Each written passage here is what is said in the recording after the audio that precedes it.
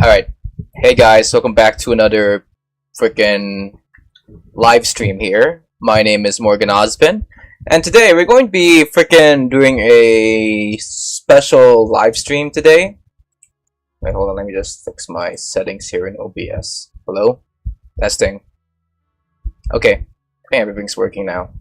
So yeah, we're gonna be doing a special live stream today, guys, because today,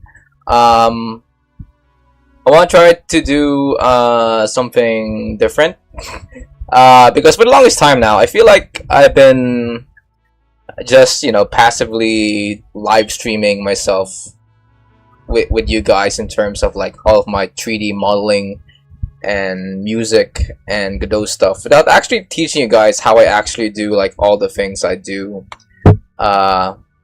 on this channel, which I guess kind of sucks considering that in some cases, especially in my art of making 3D VTuber models video, I noticed that I kind of promised you guys that I would probably like help you guys out when it comes to when it comes to making stuff like 3D models or games or music, and I just kind of noticed that I don't always like accommodate you guys most of the time in the comments. So I'm trying to maybe change that a little bit by maybe teaching you guys a little thing or two about how I make all the stuff I make on my channel, and that starts by I think you guys would probably like this if you are into like game development and stuff.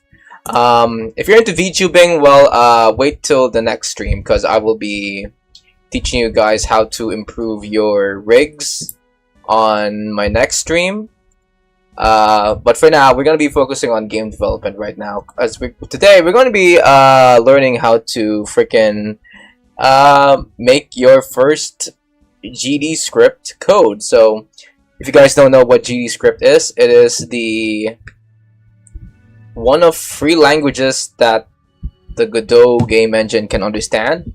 And if you guys don't know what a game engine is basically just a tool that game developers use to make games. And a part of what you should do to kind of make games is to kind of understand a programming language to do, to create stuff in the game, like player input, physics, real-time rendering with your game, and all of that. So you kind of need like you have to know a programming language to make a game. And a part of what a notable language that most people use especially when using Godot, is this thing called GDScript. Now GDScript, based on my own opinion, is like a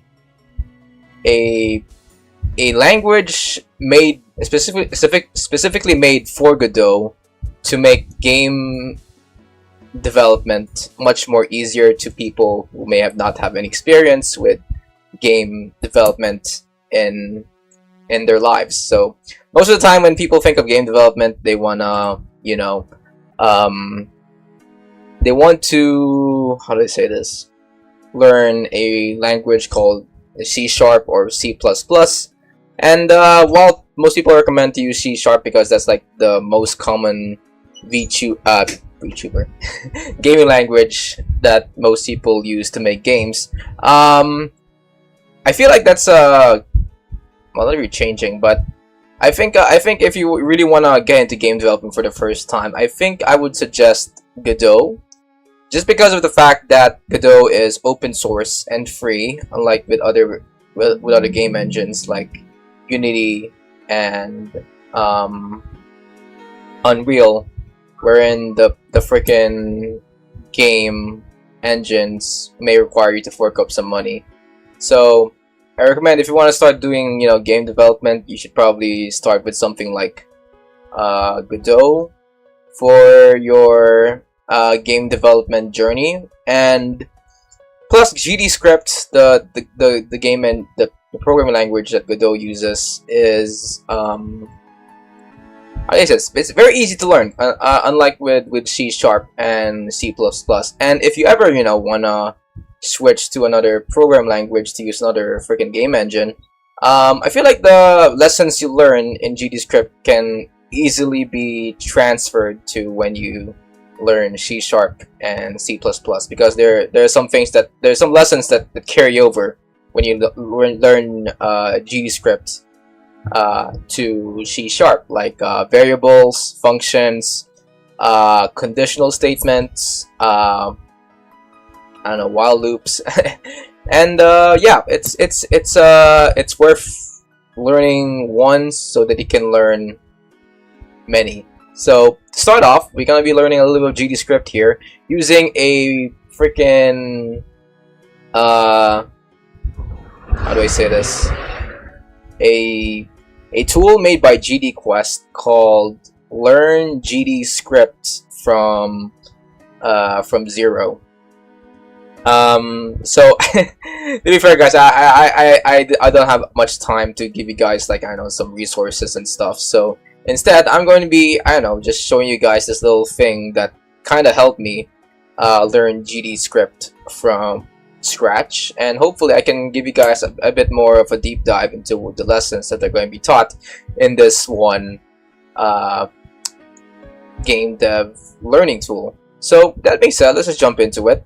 So this is a program you can find on itch.io. You don't need to download anything. It's something you can just play on your freaking web browser if you don't wanna, you know, touch Godot, or I don't know, download the program itself. But anyway, I've done a little, you know, I've already like seen what the program has to offer based on, you know, my progress here. I didn't really complete it because I think I was switching from this learning tool to another learning tool when learning how to GDScript. So we're gonna instead but anyway, I still think this is a good learning tool for anyone who wants to learn GDScript for the first time. So I'm gonna go to the menu here, and we're gonna select a lesson, and let's learn. Let's go with lesson 1 first, which is what code is like. Open the lesson. Alright, let's see what this is all about. What code is like? Learning to program can be daunting, yet you want to make video games, so there's no way around learning to program. Every video game is a computer program. And I guess I would like to add, since I'm already kind of interested in you know, making other things other than video games right now, because I'm kind of learning a little bit of C++ to get into, you know, doing stuff in OpenGL to make, you know, my own non-gaming software, I guess. But aside from making video games, code can also be used to make, you know, the apps and websites that you use to, you know, that you use in your computer. In fact, before I got into freaking game development, the first ever thing I've successfully coded is, I think it's a Flappy Bird clone. But after that, it was like a add-on I've made in Blender using Python to kind of instantiate a cube into the program. I had to do with a lot of like coding bullshit and APIs you probably won't understand, but that's the first thing I've made using code. And as you can see, Python is generally the parent to what we're learning today, GDScript, because GDScript kind of takes a lot of things from Python in a way. But after learning about freaking Blender how to code Blender add-ons, I realized that freaking code can also be used to make the things like, I don't know, a 2D art program, a 3D rendering program, a lot of things, although not with this language specifically, but code is actually, you know, really really useful in some ways. Anyways, let's continue reading this. Telling the computer what to do. Programming is the process of writing precise instructions that tell a computer how to perform a basic task. How to perform a task. A game's instructions are, for example, moving a character, drawing a life bar, or playing a... Sorry, I had to burp there a little bit. Or playing a sound. To do any of that, you need to learn a programming language, a specialized language to tell the computer what to do. Okay, let me see what this freaking program is supposed to do here. Alright, based on my interpretation of this language, I think this is used to spawn a bullet and will transform. Yeah, I think this program is used to like shoot a bullet, I think. It doesn't use the max range or max bullet speed to manipulate its transform properties in a way. So in a way, so far this code can only like spawn a bullet, but the bullet can't like move in a way. Alright. Programming languages are different from natural ones like English or Spanish. The computer does not think, unlike us. It can't interpret what you tell it. You can't tell it something vague like draw a circle. Which circle? Where? Which color should it be? How big should it be? Adding on to this statement, I can actually agree that the computer can be very logical in what you try to explain it in code. Like if you say, hey, just go spawn a bullet for me in code, the computer would, if you aren't too specific about where that bullet should stay, the freaking computer would be like, oh, where do you want me to put this bullet? What's the speed that the bullet should go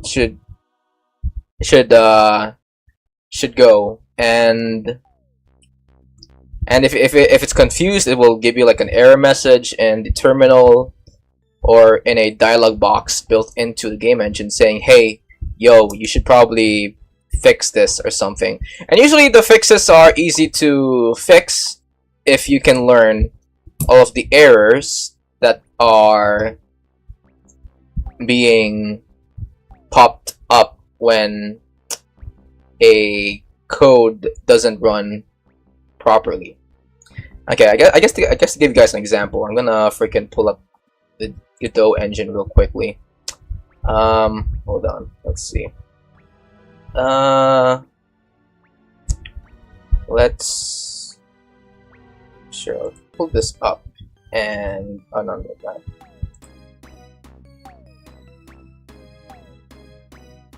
Let's see. I know what, I'll just capture full, why not? There we go. And let's put this up here. There we go. Alright. I know, let's make a new project, I guess, or maybe I'll just make a new scene in my freaking game. Let's see. Let's go for my mouse project. By the way, ignore all the things that's gonna pop up here.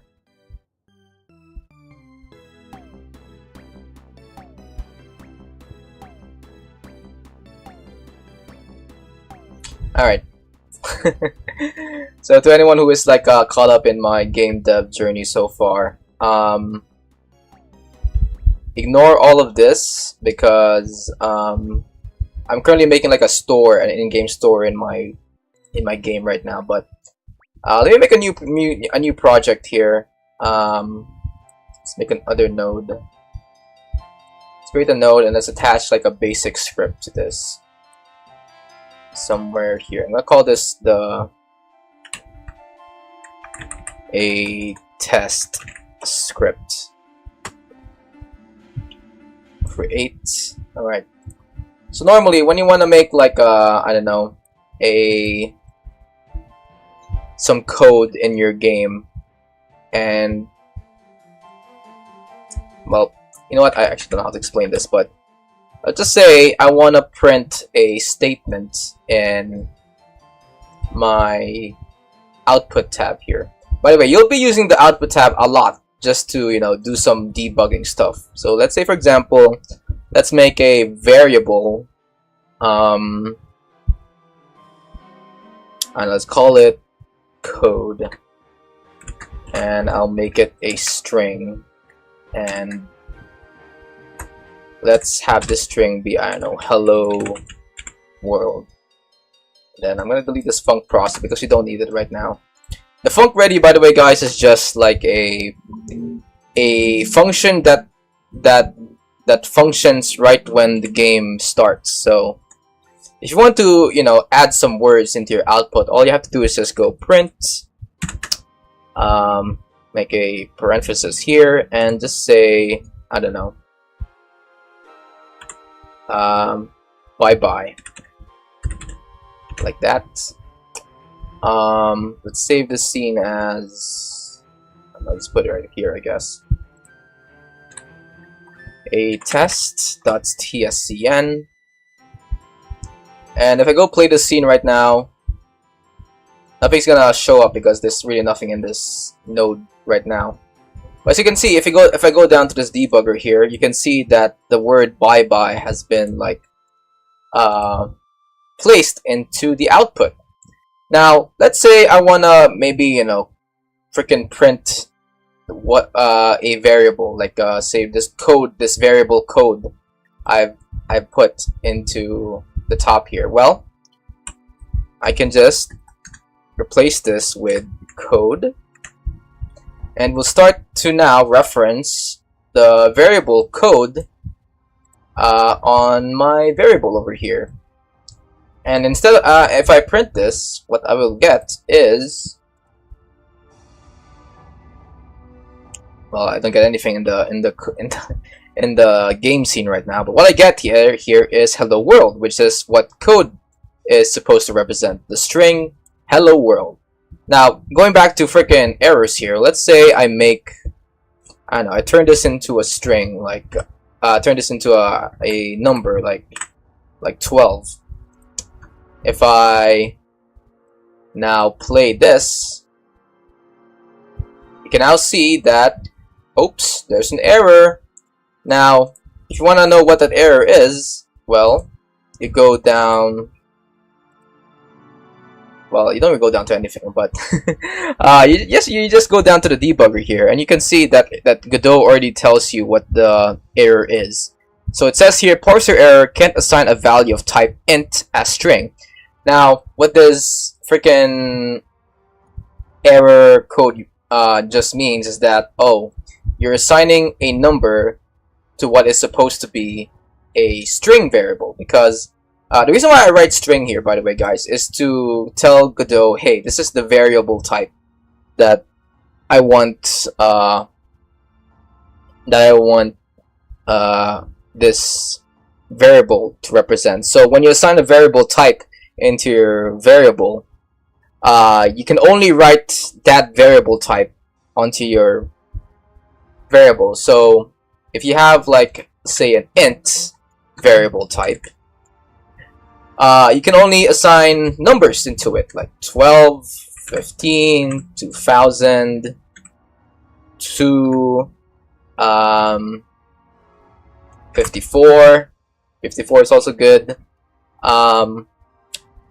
But you can't assign words to this. So if I make, I don't know, hello world, that won't be accepted into Godot because you're telling the code, hey, I want code to be an integer, but what you instead supplied that integer variable with is a word. So let's go back to the example. If you want to print a number into this, all you have to do is change string into int. And now when you print the code, there will be no more errors.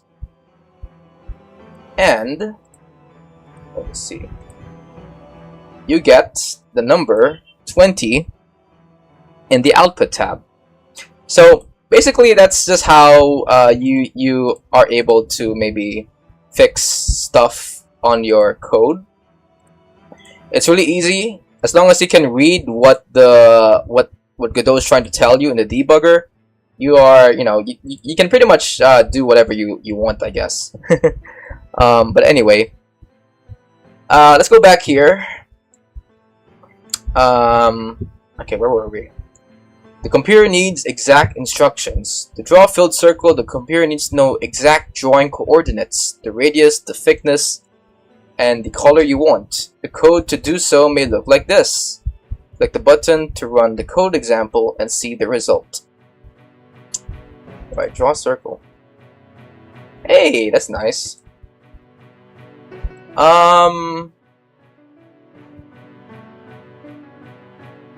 Although I don't think there's such a code function called draw circles, so this can be a little bit misleading in a way, but generally what the lesson here is saying is true, that code needs exact instructions to do anything in your program. Although when it comes to like rendering graphics like this, I don't think you need to do a lot of coding, especially if you're using a game engine. You won't be using a lot of freaking code to freaking run your freaking. Sorry, I'm just gonna fix my stuff here. You don't need to really code a lot to do graphic intensive things. Especially if you're just drawing a simple circle, I don't think you need to even touch the code editor to make a circle, because when it comes to Godot, you have things like texture Rex or sprite 2Ds or stuff like that to just to help you with making the graphic intensive stuff much easier. Just plop a node into the freaking, I don't know, program, like, I don't know, like so. Hold on, let's say I want to make like I want to make, I don't know, like a square maybe. All I have to do is just get a texture rect. Oh, not texture rect, a color rect over here, and just like that I have a texture rect, just like that. And I didn't even need to touch the freaking code editor for that. And I can even like I can even change the color, and its size, and I think even its transparency if I wanted to. Yeah, I can change the transparency of it. Now, the only thing that you would usually use GDScript for, or coding in general, is to how do I say this? Usually when you write code, it's usually to get your game to dynamically change based on player input. So I can make a freaking rectangle here right now, but in game, if I were to, I don't know, render this, or wait, that's not it. If I were to render this, I have a texture rect on my game scene right here, but I can't do anything about it. I can't do anything to it. I can press the WASD keys, it won't move, nor will it change color if I wanted to change color. What code would be doing is bridge that gap between the player and the game, in which the player now has control over the game that you are playing.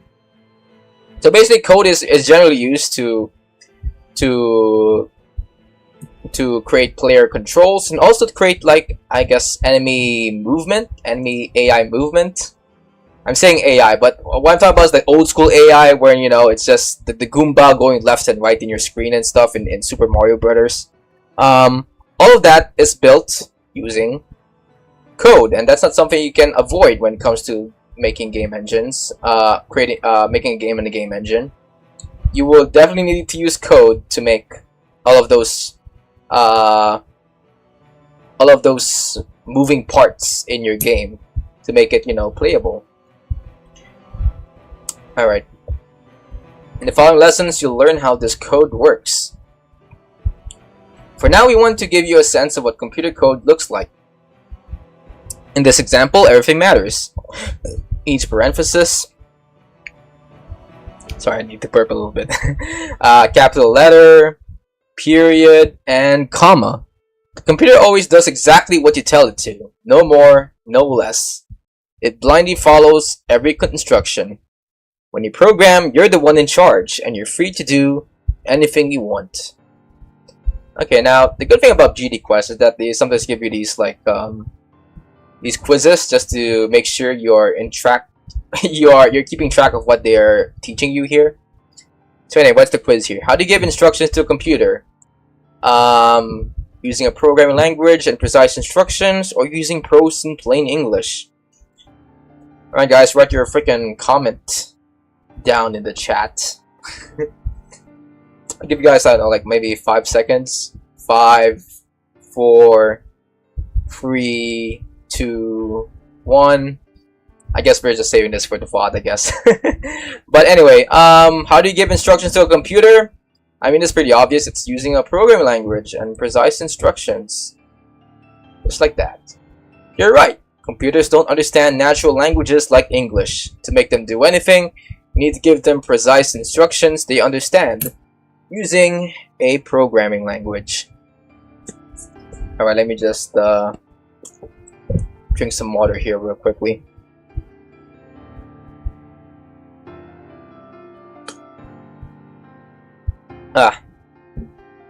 Alright, you'll learn to code with GDScript. In this course, you'll learn the GDScript programming language. The name stands for GDScript. This is a language by game developers for game developers. You can use it within the game engine, Godot game engine to create games and applications. It's a language used by games like Domekeeper and Brotato. I don't know any of these games. This looks like a freaking roguelike for some reason. Engineers at Tesla also use it for their cars' dashboards. Wait, what?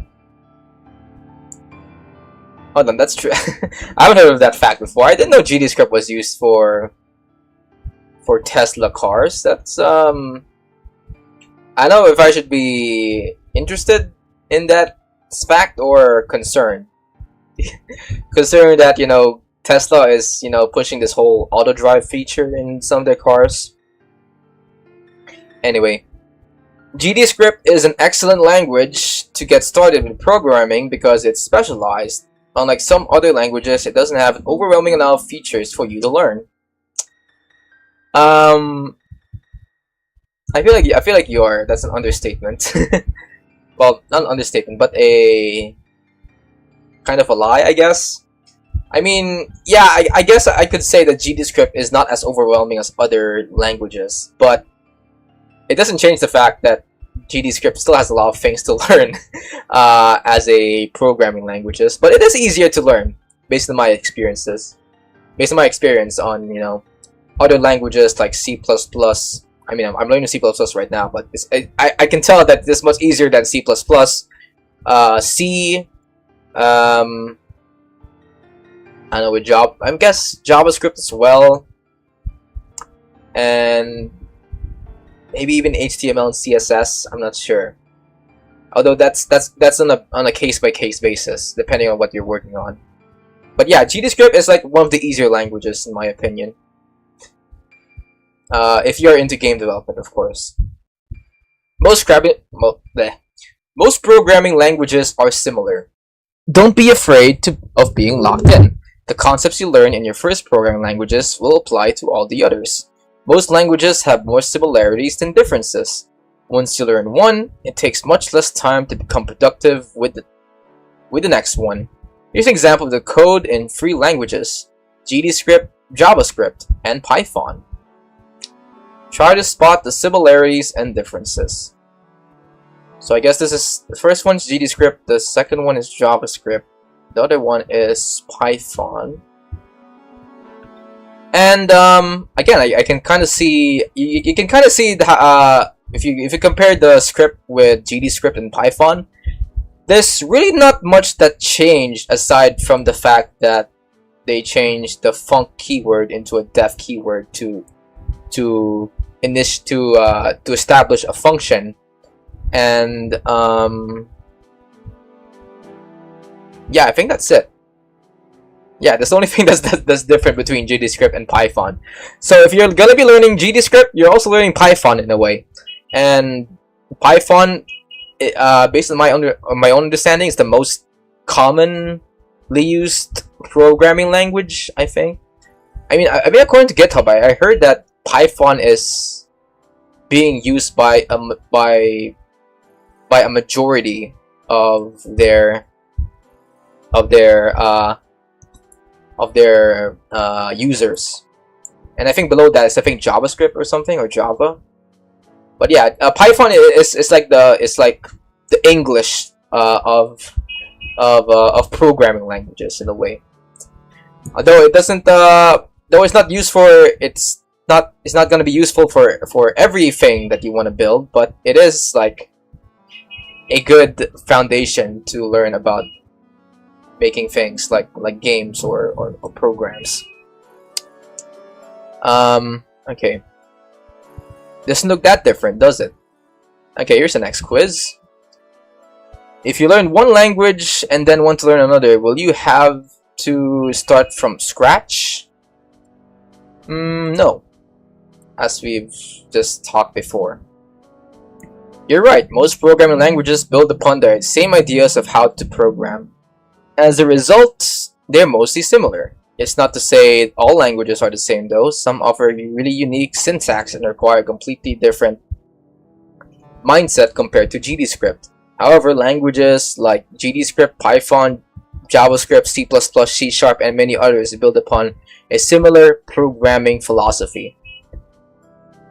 I guess to add to that fact, I'm now met with the question of, okay, what kind of programming language would these lessons in GDScript not carry on to?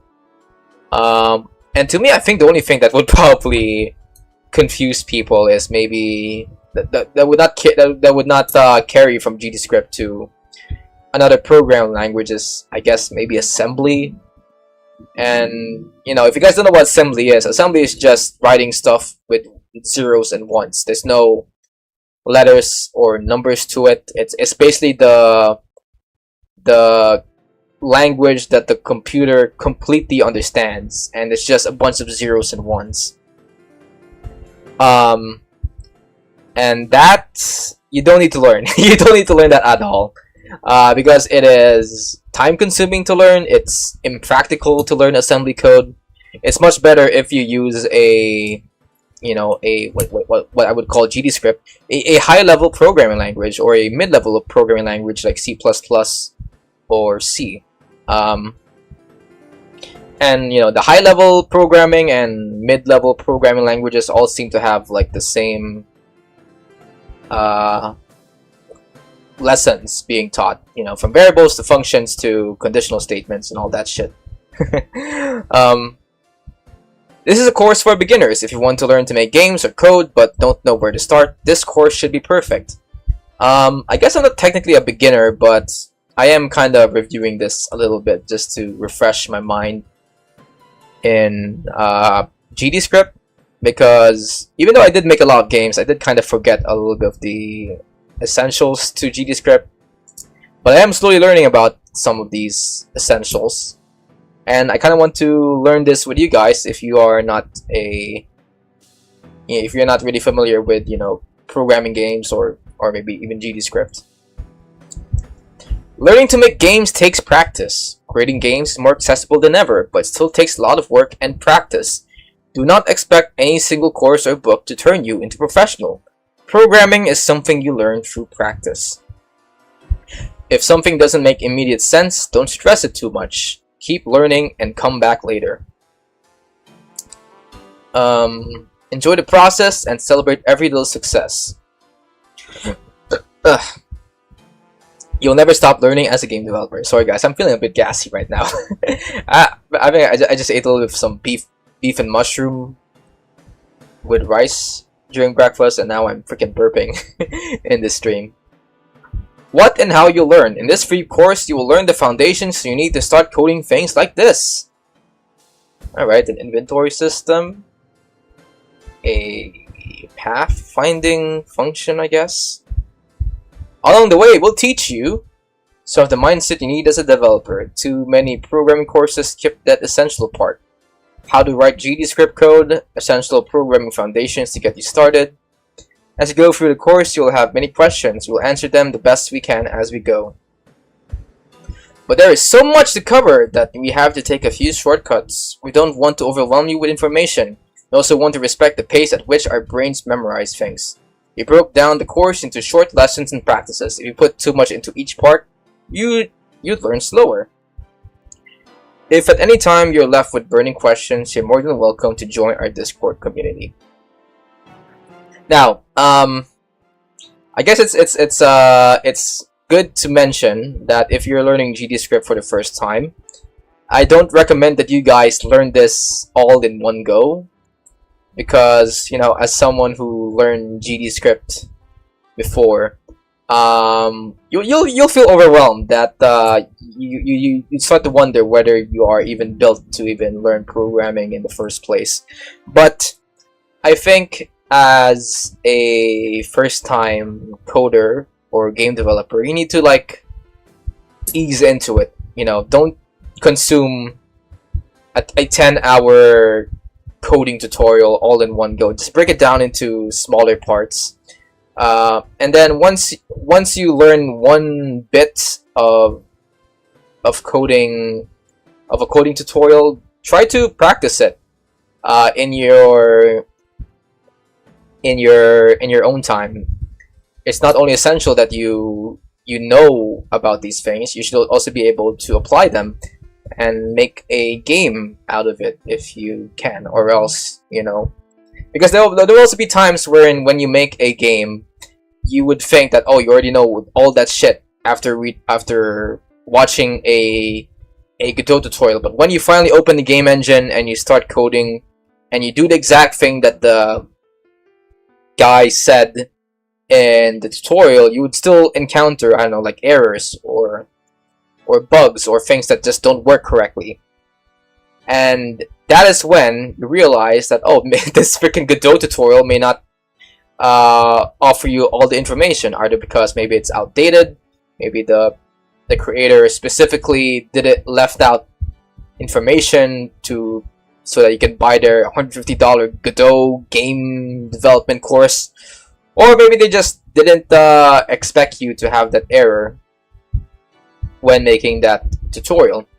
And when that happens, it is essential that you go and search the solution to that problem yourself, either through reading the Godot documentation, which is this useful website you can go to learn more about a specific problem you're encountering with GDScript. Or if you want to learn a little bit more about a function or a method in Godot, you go to the Godot documentation, or you go read some forums. I don't know, sometimes I go to Reddit to learn about a specific problem I have. Like for example, I'm now learning a little bit more about how to make better UI for my game, and I think for a majority of my resources in learning how to make better UI, it is from people in discussion forums around the internet, either through Reddit or through this sort of Godot forum I'm forgetting the name of. But yeah, I find freaking solutions there, I apply it to my game, and I don't know, most of the time it works, and if it doesn't, I just keep searching the internet. Anyway, let's see. Is this for Godot 4? What you learn in this free course is fully compatible with Godot 4. While we initially designed this series for Godot 3, the foundations of GDScript are still the same in Godot 4. You guys don't need to worry about this if you are, starting game development at the present moment, because we are in Godot 4. right now. If you download the Godot game engine right now, the version the most recent version of Godot, the most recent stable version of Godot, and even maybe the beta version of Godot is already in Godot 4. So no need to worry about whether it's Godot 3 or Godot 4. You are more likely going to be in Godot 4. Hold on, let me just have a text message here from my little sister here. I'm doing good. I am coding a game right now. Coding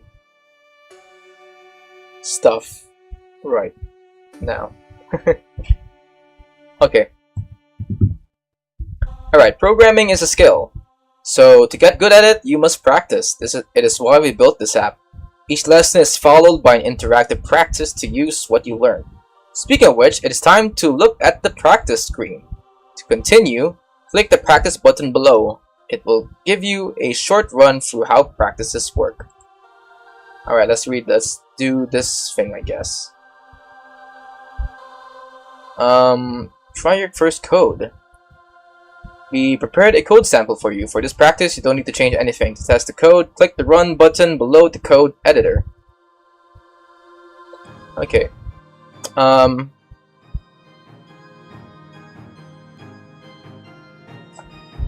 was just watching YouTube on my tablet.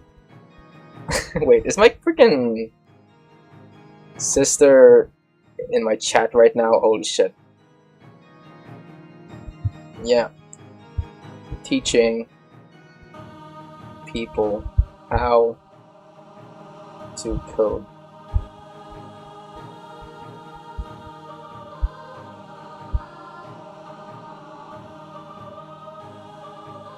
Wait, school ended for you? Yeah, school has ended for me.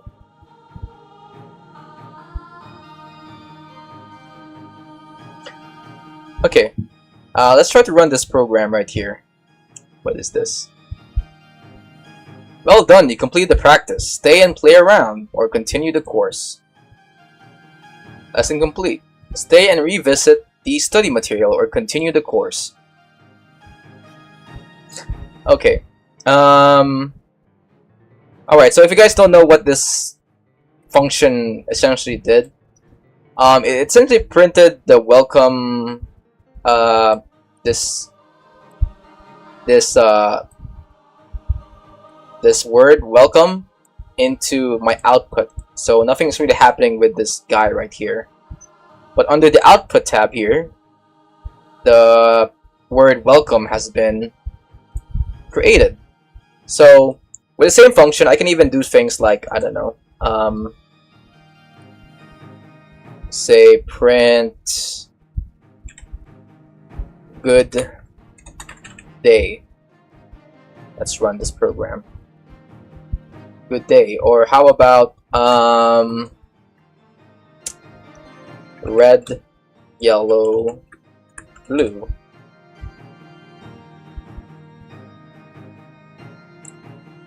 Red, yellow, blue. And then what's it called?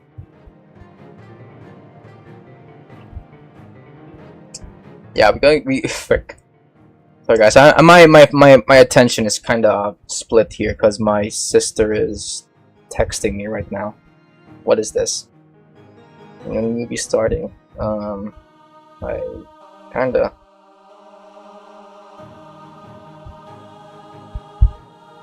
Tell you the truth, I kinda.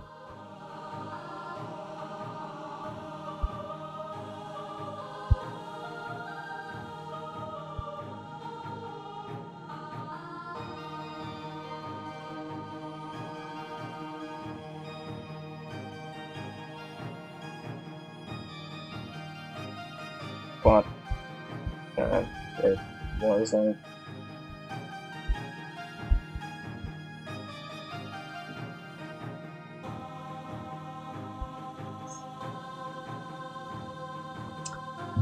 Oof. Okay. Let's run this. We get red, yellow, blue, and stuff here. And yeah, that's essentially what the print function does. It prints a freaking text into your output tab, and you'll be using this a lot to do some debugging stuff for your game. And I guess just to add, this print function won't work if you don't have a ready function in your game, because the ready function is what initializes, is what plays first when you freaking run your game. So yeah, that's why it's here. Anyway, let's continue. Alright. Your first error. When you program, you're bound to run into errors, tons of them, but you shouldn't worry. On the computer, errors are a good thing. You'll encounter errors, and that's okay. Every programmer does, especially professionals. At school, maybe you learn that mistakes are a bad thing. When you code something, it's not the case. Errors help you write correct programs because they show you what is wrong in your programs. A code error looks like this. It's a message that tells you some bit of your code doesn't work. Okay, so yeah, I mean, I've already showed you guys this earlier this stream. This usually pops up in a tab in the game engine called the debugger, and usually if you want to fix them, you just kind of need to read the error message. Okay, hold on guys, I need to stop the stream, not restop, but temporarily pause the stream a little bit. I'll put you guys to the waiting screen for now, because I need to like I need to attend to something here. My sister kind of wants to talk to me for a little bit, so hold on a second.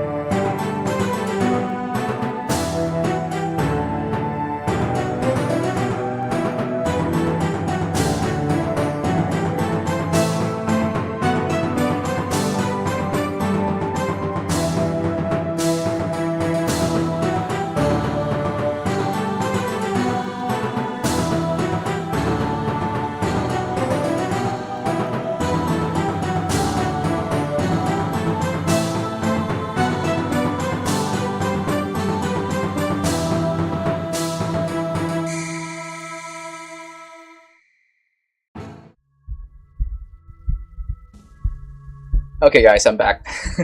Sorry, I had to talk to my sister a little bit because she's out of town and she kind of wants me to give an update on what I'm doing so far in the present moment. So I talked to her a little bit, caught up on some things, and hey, we're back. We're back, guys. Let's go. All right. So your first error. I think I already read through this, but yeah, essentially, if you find something wrong, just go read whatever is in the debugger section of Godot and read it, research about it. Someone would have most likely encountered that error when using Godot for the first time, and they might have already found a solution somewhere in the internet. So I don't know, just go find the freaking solution there. Making errors friendlier. Error messages can look a bit cryptic. This is because they're designed by programmers for trained programmers. We added an error translator in this app that will help get you started. It shows you why an error happens and what the message means. It also gives you some tips on how to fix it. Okay, so let's see. The function move already exists in this class at line 22. So why this happens? Why you are trying to define a function or variable that already exists. You can't do that. Perhaps the function or variable already exists in the current load file, but may also be in a parent class in that this GDScript code extends. How to fix this? In the app, your code extends some built-in Godot code that's not visible to you. When that happens, you need to either rename your function or variable to one that will not collide with an existing one or remove this line of code. So, if I can try to recreate that error right here in Godot. So over in my code function here, let's say I make var code float. By the way, float just means a decimal, a number with a decimal point to it. So let's say 1.2. And yeah, here's the code that's being written, the error that's being placed right now. Error at tree-5.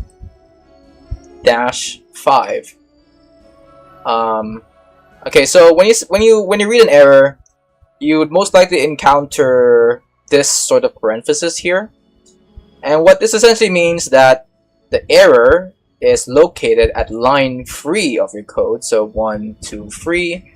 Line 3 is this, and it occurs at I think 5 spaces into your code, which is 1, 2, 3, 4, 5. So from here up to here, there is a problem. Variable code has the same name as the previously named variable.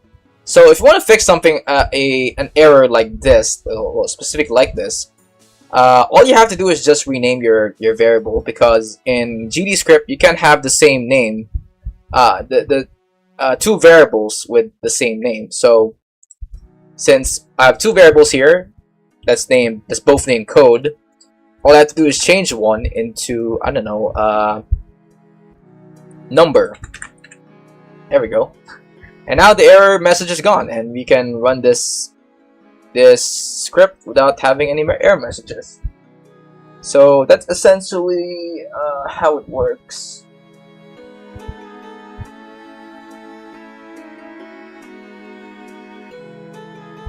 Yes, essentially. Okay, my sister is still texting me here. Yes.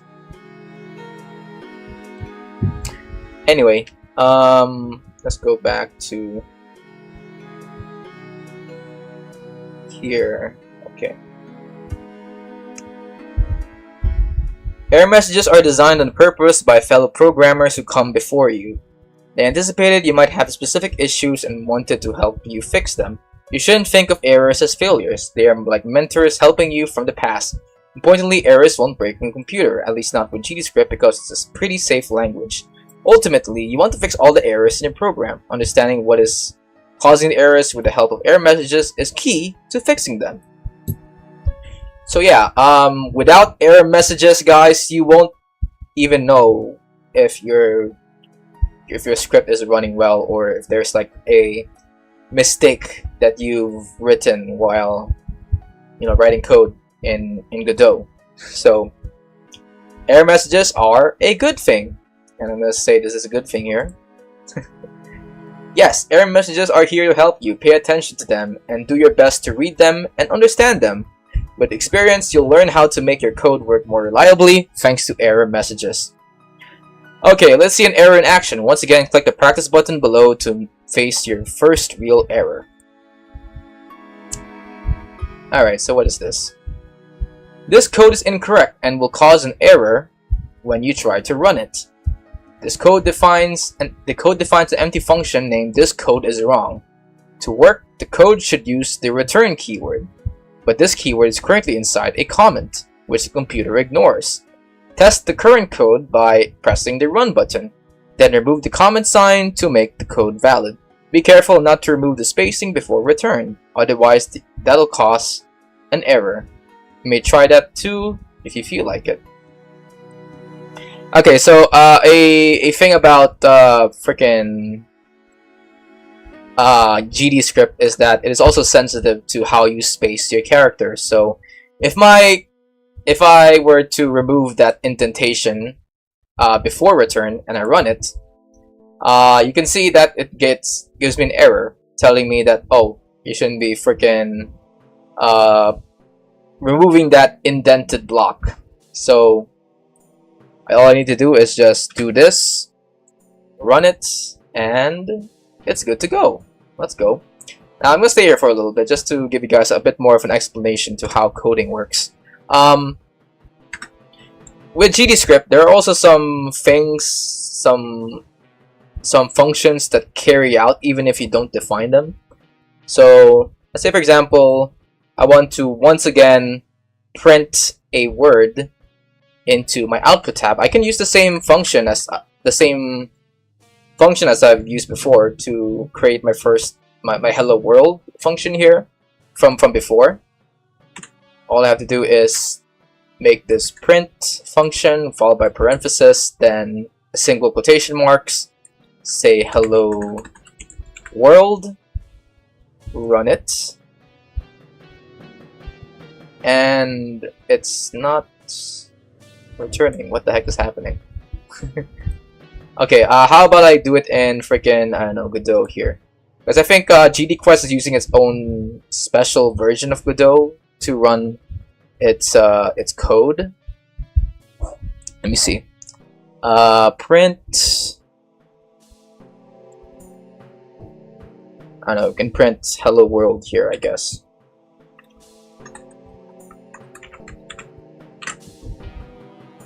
Now, even without defining anything anything else in my function, you can kind of see that if I run this, it will print hello world in the output tab here. Now you might be wondering, oh Morgan, what are these functions and these methods that just run even without defining what it is? Well, that's something you kind of need to figure out on your own. Well, not always on your own, because when I say on your own, I don't mean to just leave you guys in the dark and gatekeep some stuff, because these are just some things that you kind of learn as you delve deeper into learning about GDScript. About what are the functions or the methods that you would do to do the things that you want to do in the game engine. It's just something that just comes to you in a way, and I can't explain that fully because it kind of depends on the context, what you want to do with your game engine, what kind of game you kind of want to play.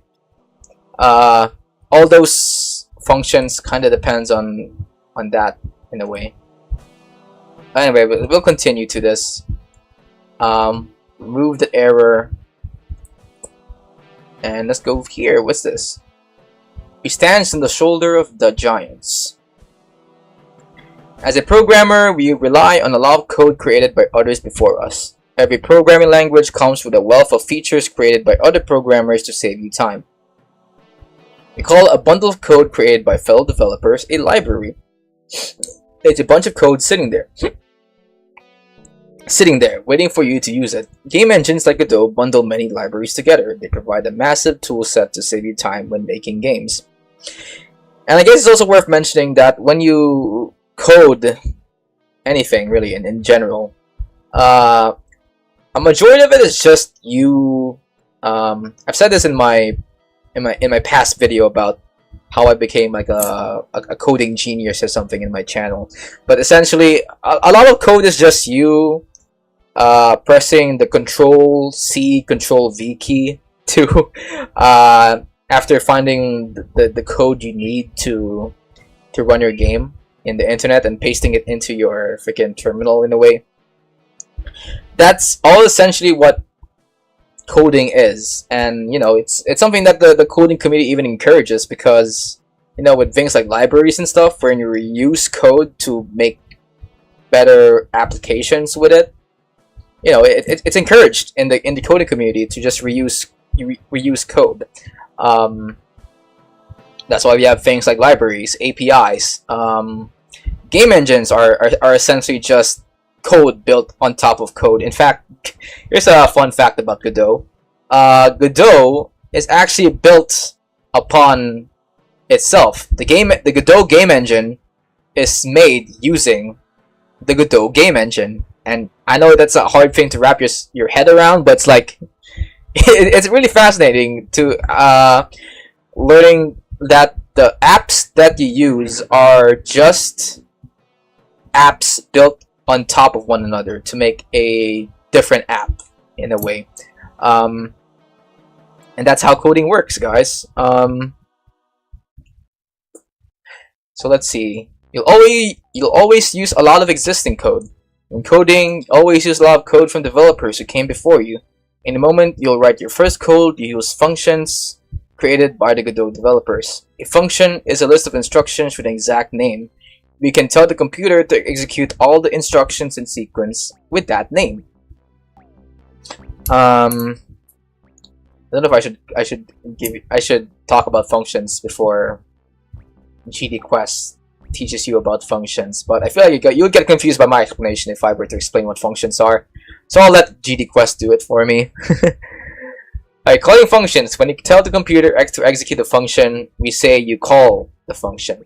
To call the function, you write its exact name followed by an open and close parenthesis. To call the function named show, you would write show.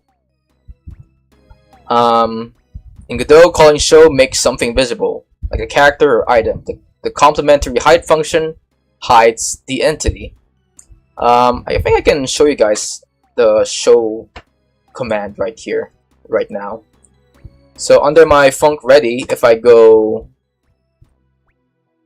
well, I can't do it right now, but first off, I need to make like a variable that references my caller rect. Then, since I've made a variable here, all I have to do is type the name of this, caller rect, to reference the caller rect node here. Then, to call a function with this, all I have to do is press dot, and with the instructions here, let's say I want to maybe, you know, hide the rectangle. Oh wait, hold on. Let me make this a comment real quickly. Let's say I want to hide the rectangle because right now when I open up my game, the rectangle is in my scene right here. What do I want to do to hide it? Well, all I have to do is make a reference to my caller rect here, which is this variable. If you want to make a reference to a variable, by the way, guys, all you have to do is just left click and drag it onto your script like this. And if you want to make a variable out of it, just left click, then before letting go of your left click, you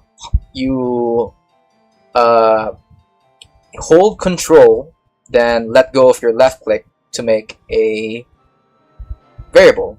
To make a variable out of your reference, which is like this. So I'm just gonna get rid of this. And with the colorRect variable here, that's conveniently named colorRect, all I have to do is put the variable under the ready function, make a dot to say, hey, Godot, I want to call a function or a method with this node. And what would that function be? Well, according to GDScript, it would just be hide. Now, if I play the scene with this sentence over here, colorRect.hide, you can see that now, if I play my game, colorRect, my rectangle in my game is now gone. And that's because we call this freaking function right here. That is colorRect.hide. Now, if I want to bring it back to the scene, all I have to do is just, you know, get rid of this line. You know, you can either, you know, get rid of this line entirely or just make it a comment by including a hashtag before the line. And then if I play this again, it will show just like that. Now, when it comes to functions, the good thing about function is that you can build your own custom function in a way. So let's say, for example, I want to make a function that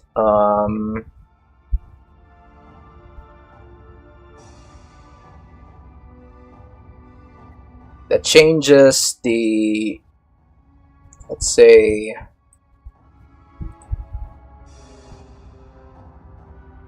anyway, this is something more familiar for you guys. Let's say I want a custom function that shows my rectangle. So first off, I'll make the declaration that the declaration func, which basically means, yo Godot, I'm telling Godot, yo, I want to make a custom function here. So you write func, then you write the name of your function, of your custom function. It can be anything. For me, I'll just say show rectangle here. Now your name can be anything as long as you don't provide any spacing. So if you do like something like this, that won't be read as a function in Godot. And after writing your name, you just make a parenthesis like this. Then you create a colon, indicating that, okay, so what should my function do? Well, this function should, let's make a reference to my colorRect like that, which is this one. Then let's say I want to, I don't know, show, or I don't know, hide my freaking colorRect. So if I don't put anything in my freaking ready function right now, I'll just include a pass, which basically means that, hey, just don't do anything with this. If I don't say anything in this ready function, nothing will change. You can still see that the rectangle is there. But if I were to include now this function, show rectangle, you can see that under the ready variable, I did not call the hide method or function at all. But if I were to run this game right now, you can see now that the rectangle is gone. And the reason why it's gone is because this function is running, and what this function does is just hide the freaking colorRect in my rectangle in my game. So you can kind of see that functions are like a great way to create like dynamic action into your script. And you'll be using this, you'll be using custom functions a lot, especially when you're doing a lot of like complicated tasks in your game. You're going to be making a lot of custom functions in Godot.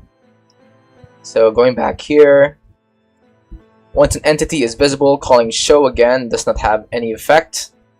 Similarly, once you hide something, calling hide again doesn't change anything. Click the run button in any example below to execute the code listing. Alright. So yeah, this is all essentially telling you what the hide function does. In the code listing above, we write the function call hide in a new function named run to execute the code. Creating a new function is necessary to execute instructions in GDScript. Okay, can you tell me more about the run function? In GDScript, unlike in some languages, you must write a code inside of custom functions. You'll learn what functions are and how they work in great detail in this course, but here's a quick look at them if you're curious. A function is a bundle of code you can execute anytime. It's a named list of instructions. To define a function, you need to write the func keyword, the function's name, parenthesis, and a colon. Func run defines a function named run. You then go to the next line to write a function's body. That's the instructions of the function. Notice how each instruction starts with a leading tab character. The computer uses that to know which lines are part of the function. Throughout the course, you will see many functions called run. Those are functions we created to give you interactive examples. Okay, so just to make it clear, guys, I don't think the run function is a native function under GDScript. This is more so like a custom function they made on their own for GDQuest here. So run doesn't run code in and of itself unless you define the run code in your script. But if you want to run something immediately in your game, you use the ready function, not the run function. The run function doesn't do anything. In fact, it's a non-existent thing unless you define it in GDScript. But if you want something to run once your game starts, you use the ready function, the underscore ready function, I think it's called, yeah. And if you want something to run while your game is running, you use the func process function. So if I go here and I go func underscore process, okay, func underscore process is a built-in function in Godot to run, you know, to run anything continuously. So if I go print hello world here, I save that and I run this game. Nothing's happening on my screen, but over here you can see that Godot is now printing multiple hello worlds because the print statement is under a process function that's telling Godot, hey, print hello world as long as this game is running in the background. And I know nothing is like moving here, but if you go down here to the number here, you can sort of see how many hello worlds have already been printed in under this output terminal here. And I think, yeah, 11,000 hello world statements have already been printed under this output terminal. So that's just the power of process functions, and you'll be using the process function a lot to do you know, for things like enemy AI movement, or if you want to maybe set up a timer or something. That's something that the process function is useful for. And if you're going to be using something with physics on top of it, you're going to be using a special process function called func physics process, which basically is the same thing as func underscore process, but it's more useful to use this for things that have physics to it. Like, say for example, you want to make a 3D game and you want a bouncing ball that perfectly simulates how a bouncing ball would interact in the real world. You would use this function instead of the physics process, the normal physics process, the normal process function. So that's what that's used for. Anyway, going back to here. Function arguments. We use parentheses to call functions because you can give the function arguments inside the parentheses when calling it. Here's a sprite standing straight. If we call the rotate function, the character sprite turns by 0.3 radians. Yeah, just like that.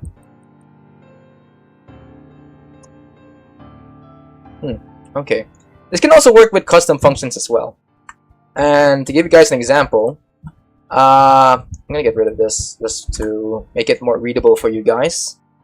Let's say I want to make a new function here that would let me print any word in my terminal. So let me just make this a pass function just to get rid of this error. Then under func, let's make a custom function, like we'll call it print any word. We'll make a parenthesis and a colon, and under print any word. Well, no, before we make anything here, let's establish a argument under print any word. Let's call this word. This can be named anything, and under here you can say what variable type the word should be. There are multiple variable types in Godot. We have ints, as you've seen before, floats, and strings. Let's have this be a string. Now under here, under the func print any word, let's create the print function. And let's print out, I don't know, word. Let's print out word.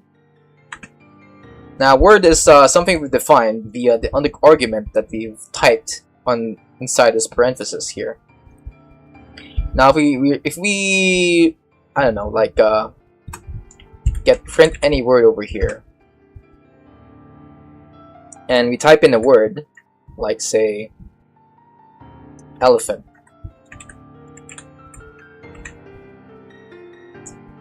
and we play the scene, you can see now that elephant is being printed. Now I can reuse this custom function for any word, like say, I don't know, apple. Play the scene, and I have apple printed under my output message here. And if I want to be more, I don't know, more dynamic with this print any word function, I can just get rid of this variable type. So now it accepts any variable type. So in print any word, I can also now print 120. And just like that, it printed 120. So arguments can be also built under custom functions and can be used to make your code much more dynamic in a way. But anyway, back to here. Alright. Arguments are values that change how the function behaves. Arguments that you fine-tune the effect of the function call. They can be optional at times. Functions often require arguments in order to work. For example, calling rotate without any argument would result in an error. Without an argument, Godot doesn't know by how much you need to rotate the sprite. So yeah, if you are going to be calling a function or even a custom function, it is best to fill up all the argument spaces if it is asking for an argument. Because if we go back here into Godot, and let's say I just left this print any word function blank, nothing is inside of it, and you can now see that Godot is now giving me an error saying that there's too few arguments for print any word call. I think you guys can piece together what this error is saying. It's saying that, oh, you don't have any arguments in your print any word function here, so you should probably fill that up in a way. But there is a way for you to create an argument for your custom function and still be able to run that function even if the argument is empty. And how you do that is just to define what the default value of this argument should be. So under word, I can have this be, I don't know, a word like yes. And just like that, the error is removed, because even if I left this at blank, the Godot would assume, oh, word equals yes. Now the only problem with this is that if you're going to run this program, the only thing what you'll be printing is not a blank. It's not, you'll not be printing any blanks in this output variable. You'll be printing the word yes instead. So if you want to, leave it at blank, just leave it at this, I guess. But there's still essentially something being printed there, and your print any word, which is just a blank space. So yeah, that's basically how variables work. And to prove that what I'm teaching you guys is correct, if I run the print any word function without anything here, it will print yes over here. Yep, it printed yes down there in the output box. Okay, let's go back to freaking GDScript here. Fine, notice how we use a dot in the number 0.3 above. You need to use a dot like this to represent decimal numbers. You can't use commas as they have a different purpose in code. Okay, I don't get this. Who the frick writes decimal points with commas in it? That's... I mean, basic math class just... Even in like grade school math, they always teach you, hey, if you want to write a decimal point, you write it using a period to separate the ones and the tens place. Who the frick writes a comma in between the ones and the tens place to represent a decimal point? Alright. Okay, what are radians? The value of 0.3 is an angle in radians. In daily life, we're used to measuring angles in degrees. The radian is another scale commonly used in video games and math. You can convert radians into degrees by multiplying them by 180 and dividing them by pi. Okay. I mean, I guess you don't need to know this unless you are really working with rotation parameters in Godot. But yeah, I think when it comes to changing rotation in Godot, by default, GDScript converts can only read radians, not degrees, when changing the rotation of an object like this. Hold on. Let's go to Godot right here.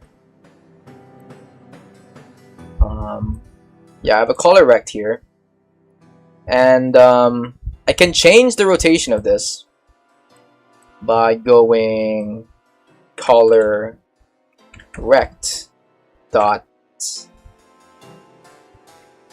rotate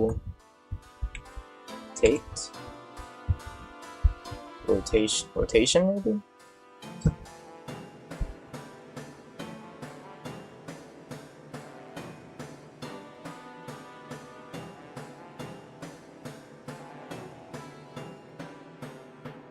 Oh wait, I didn't write the color rect dot rotation. equals, I don't know, let's say 90. Now you would think that oh wait, no, hold on, this is not the right one. Let's follow the freaking command, the freaking function in GDQuest here. So this is the command that you use to rotate the anything in Godot, really. So you'd think that with a colorrect.rotate 90, that the program, the game engine would now rotate this thing by 90 degrees, and how that would look is, I guess, like this, right? It would look like something like this. It would stand vertically right now instead of lying down in the floor here. But if I were to run the scene right now,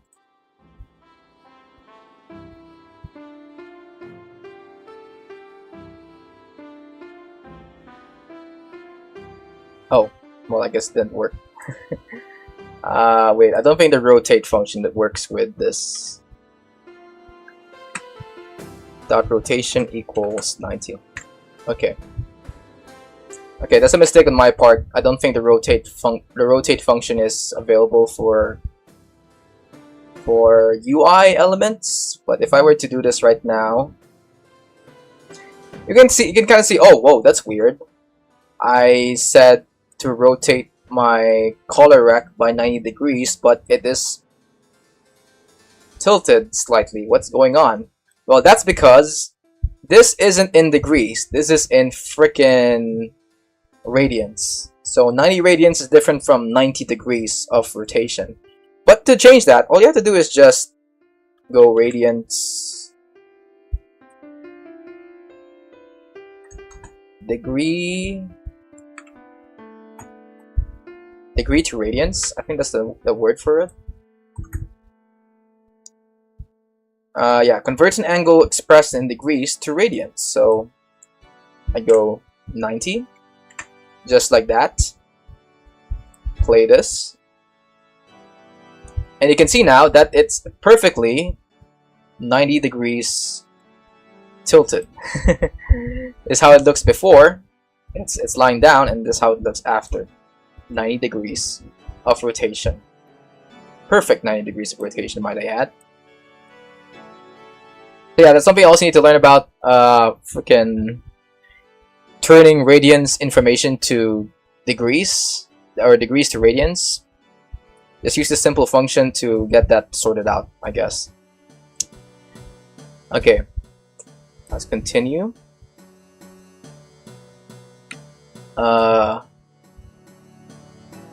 Let's see. What does the code below do? It shows it. Oh, let's select all that apply. Okay. Makes the entity visible. Yes, all of that. Alright, another example with the move local x function, you can move the character to its left and right. The function makes one argument a number of pixels to offset the entity.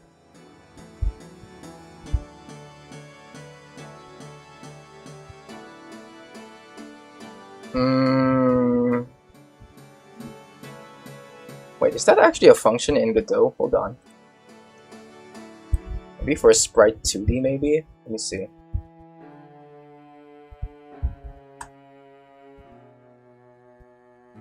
Or let's see, call animated Sprite 2D. I know this is for Sprite 2D.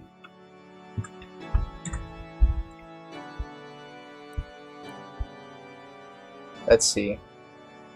Let's make this a freaking thing here.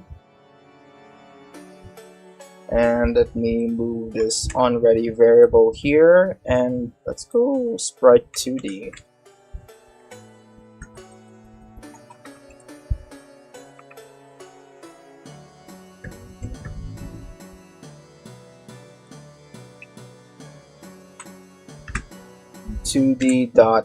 .move.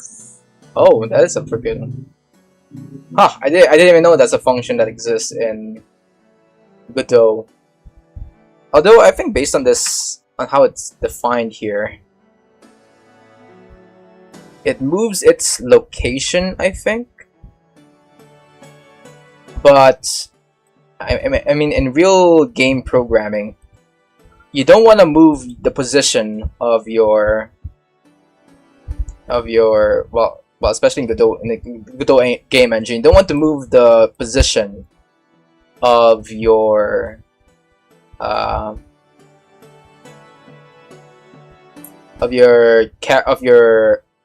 in-game characters most of the time. Instead, you may want to manipulate its velocity, because when you're moving if you're manipulating a freaking character's position, you are not like moving them in a way, but you're more so like teleporting them from one place to another, and that's not what you want in a game, especially if there's like collision happening between two objects. Because when two objects are being moved based on position and they start colliding with one another, they would actually kind of like phase through each other in a way, instead of bumping into each other. So when you want to say move a character or an enemy in your game, you'd rather want to have the velocity function. You'd rather want to manipulate its velocity, not its position, which I think this GDQuest tool would talk about in a little bit here. But anyway, let's see. How do you call a function? What's the syntax used to call a function in general? You write its name, followed by a colon. You write a value like a number, followed by an opening and a closing parenthesis. You write its name, followed by an opening and closing parenthesis. Write a value, followed by an opening. No, don't want that. You write its name, followed by an opening and closing parenthesis. Submit. Yeah, I already know this. Okay, let's do the practice run here. A robot's character is invisible. Call the show function to make it appear. Okay. And please call the show inside the run function on line 2 and keep the tab character at the start of the line. The computer needs that to understand your code. Okay, again, in real life, you don't call the run function, you call the ready function. But for the purpose of making this much more simpler for beginners, I guess they use a much more understandable function that anyone can understand what it does, which is run. But in real life, run doesn't do anything in GDScript, in the Godot game engine. So we write this. There we go. Alright, let's continue. Okay. The robot was turned by negative 0.5 radians. You need to make it upright by calling the rotate function. Please call rotate inside the run function on line 2 and keep the tab character at the start of the line. The computer needs that to understand your code. Okay, adding on to this, I think the .rotate function only works for node 2D nodes, for 2D nodes, or I think even 3D nodes, but not UI nodes. Just to give you guys a brief explanation, there are different node types in your game that you can use to construct all of the things in your game. And I guess to give you guys an example, here are, I guess, some of the node types. You have the basic node, which basically doesn't do anything and usually used to just, store a bunch of nodes inside of it. But you also have this thing, like a sprite 2D, which is a kind of node 2D. And a node 2D has the function move local x here and move local y. But if you were to use that same function on, say, a UI element like a color rect, which are usually colored green, they won't have that because it's just not built into their class, which is the UI class. And the reason why it's not built into the UI class is because most UI elements are built for, well, as what the name implies, for user interface elements. Things like buttons, text, or menus, all that. For all those things I've mentioned, they don't need you to be, you know, to be moving those buttons around the board, because you only want them to be static and all. But those move functions exist in a 2D node, wherein you can store things like your character or your enemy and stuff like that. And the node 2D is, you know, it's all built for freaking movement and all that shit. So that's why not all functions are available in all nodes. So just keep that in mind. Alright, the robot was turned by negative 0.5 radians, so you need to make it upright by calling the rotate function.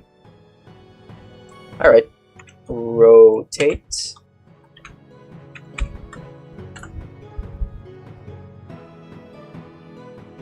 And keep the cab character at the start of the line.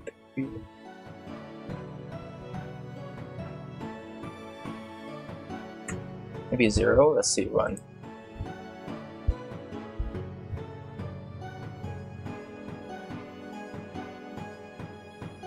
It's turned by 0.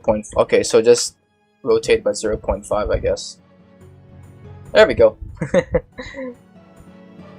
Alright, let's continue here. Lesson complete. Stay and revisit the study material or continue the course. Continue.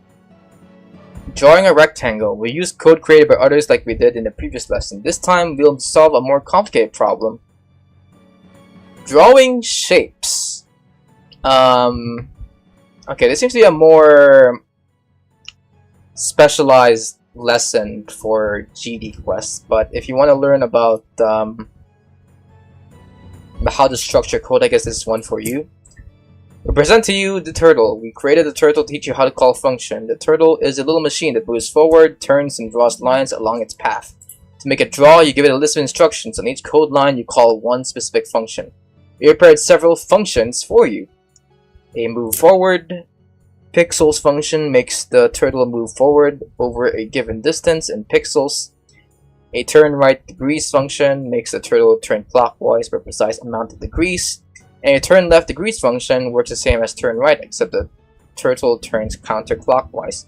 We'll use these functions the same way you used rotate before. The turtle draws a white line as it moves. We'll use this line to draw shapes. For example, to move the turtle 200 pixels, you should write move forward 200. Huh. Oh, that's easy. Though I don't think this would be that easy in Godot, because I think it would be a much more different story to make this entire animation run in Godot. Because not only do you need a function for moving your turtle, but you also need a function for instantiating the line that the freaking turtle splurts out when it starts moving and all that. So it's much more complicated than this. And the reason why it's just this simple is because freaking GDQuest has made custom functions for me to make this much simpler. Turning left and right. The functions turn left and turn right work the same. To turn 45 degrees to the right, you'd write turn right 45 degrees. If you call turn right, the turtle turns 45 degrees to the right before moving on to the next instruction. Using these instructions, we can make... Okay, let me just write this one. Oh, okay. We can make any two-dimensional shape we like. Try to understand the example below. The next practice, we'll use the functions we saw above to draw a corner, then a rectangle like this one. Okay, move forward, turn right 90, move forward 120, 90, 200. I think it's gonna make a rectangle. Yeah, it makes a rectangle. In the function called below, which part is the argument? It's 30. Yeah. The turtle uses code made specifically for this act. Okay, again, I think this is just explaining to you guys that the code in GDQuest is different from the code in Godot. Godot is much more, I wouldn't say complicated, but much more. I think that the word complicated is not really the word for it. More so like more customizable, I guess is the right word to explain the difference between the code in GDQuest and the code in Godot. But you do have to learn more stuff than this to create the same exact animation or program in Godot. So yeah. Alright,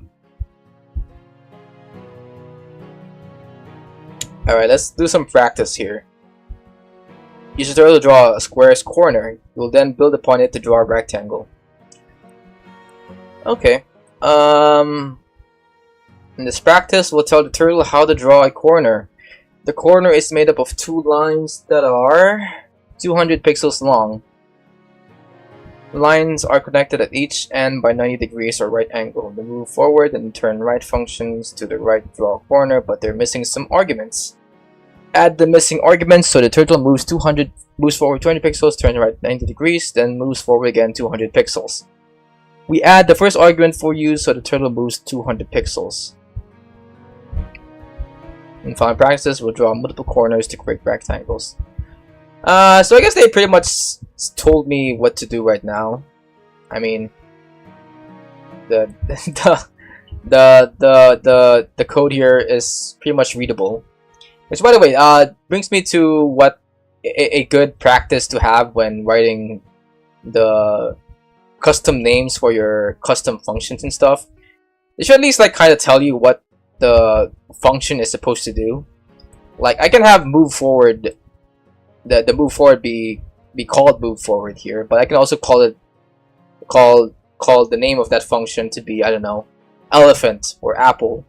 And as long as the instructions inside the function stay the same, it will still do the same thing, which is move the turtle forward.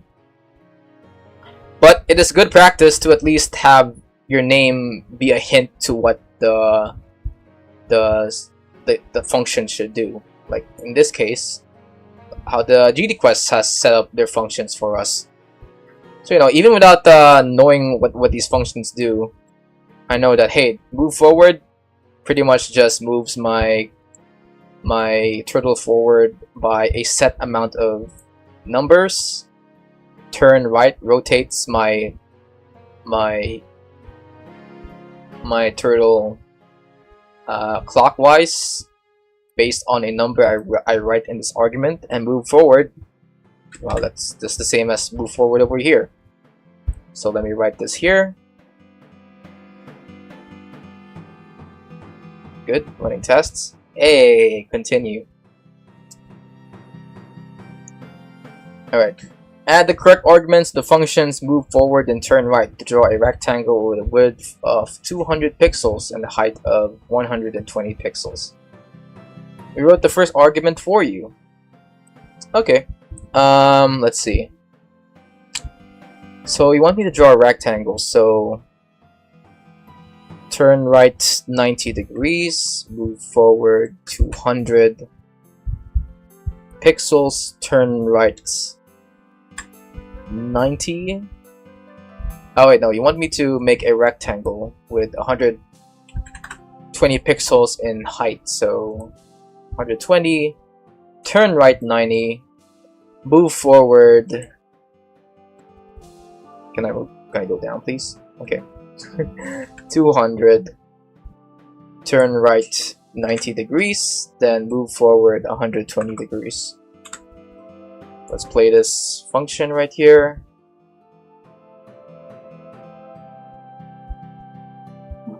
Hey, okay. Continue.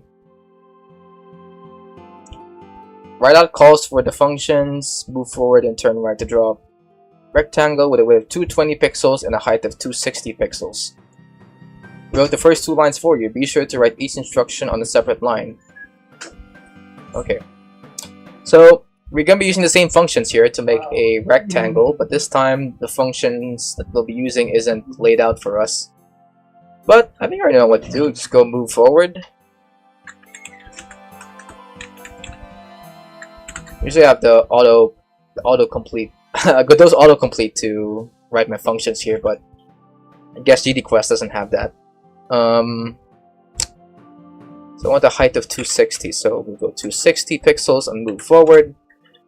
Then we turn our turtle to the right by, I don't know, 90 degrees. Now I think I can just go copy and paste this, then copy. I will copy this, go down here, paste that, there we go. And that will essentially give me a rectangle of 220 by 260 pixels. Let's run the game. Hey, let's go. Easy. Stay and reverse. Now we're continuing. Coding your first function. So far we have called existing functions that other developers wrote. In this lesson we'll talk about what functions are and see some examples. Then you will learn how to define your own functions. Functions are named sequences of instructions. Functions are sequences of instructions we give a name. We call that name an identifier. Using the identifier, we can get the computer to execute all the instructions inside the function as many times as we need. This is what a function call does.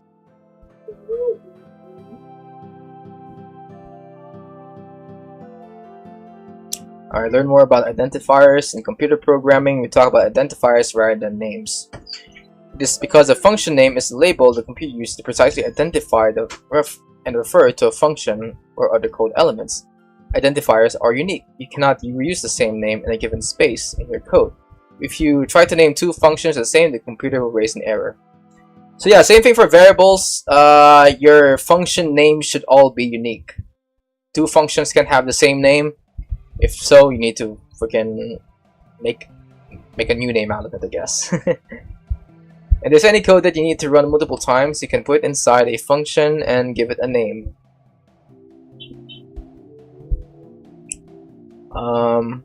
Instructions inside a function can be any code you want, and they will run all run every time you call the function. Here's the example of move and rotate function that moves the turtle forward and then rotates it and then turns it 90 degrees. Okay, move it. Hey! The move and rotate function consists of two instructions, each on a separate line.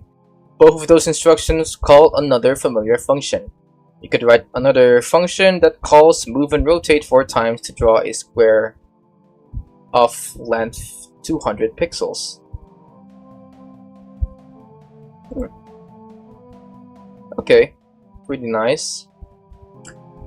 Every time we call move and rotate, the two functions move forward and turn right are called in sequence. In this example, it may not feel super useful. Here are more useful and realistic one. A function to draw any square.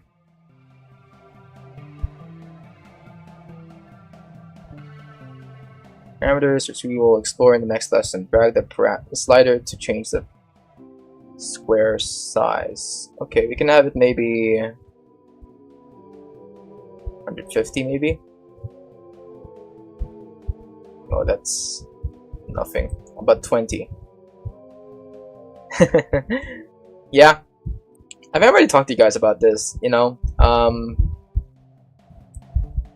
Freaking arguments, or I guess parameters, are what we use to make our functions much more customizable by including those parameters inside of the instructions of our function. How to define your own functions. Let's break down how you define a function. A function definition starts with the func keyword followed by a space, the function's name, parenthesis, and a colon. Okay. The instructions inside the function must all start with a leading tab character. You can insert the tab character by pressing tab key. They call those leading tabs indents. They're important. The computer uses them to know which instructions are part of the same code block. Okay, why do we use functions? To run, we use code multiple times with a name on multiple lines of code. Yeah, that's easy enough to know about. Names in code have rules. Function identifiers cannot contain spaces. In general, games and programming languages cannot contain spaces. Yeah, as I've demonstrated in Godot a few minutes ago, you can't have a function with spaces around it. You can have underscores to it to represent spaces, but you cannot create spaces for identifiers. Use underscores. Yeah, that's what I just said. There's another conventional programmers use in some other programming languages. Instead of using underscores, they start words with capital letters, except for the first one. The convention, you'd write function names like move forward or move local x. Identifiers also have to start with a letter or an underscore. You can't begin with a number, but you can use numbers after the first character. Oh, you can? Huh. I always thought numbers are off limits when making identifiers. Are valid function names like all that apply. Jump, move forward, make 3 new characters. You can't have move forward because it has a space, and you can't have 45-degree turn because it starts with a number. Yeah. Yeah. That's just what I said. Instantly moving the turtle to a different position. In order to draw multiple squares in different positions, we introduce a new function for a turtle to use. A jump function picks up the turtle and places it relative to where it is. So calling jumped moves the turtle by 100 pixels to the left and 50 pixels down without drawing any lines. Alright, let's see it. Wow. Wait, jump 100. Oh. 100 pixels to the left and 50 pixels down. Yeah. That makes sense. Okay, let's try out their exercise, shall we? A function to draw squares. Hold on, let me just get some water here real quick.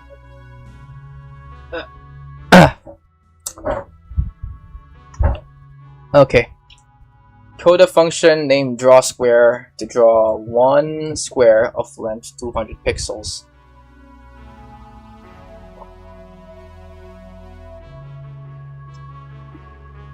The function should take no parameters.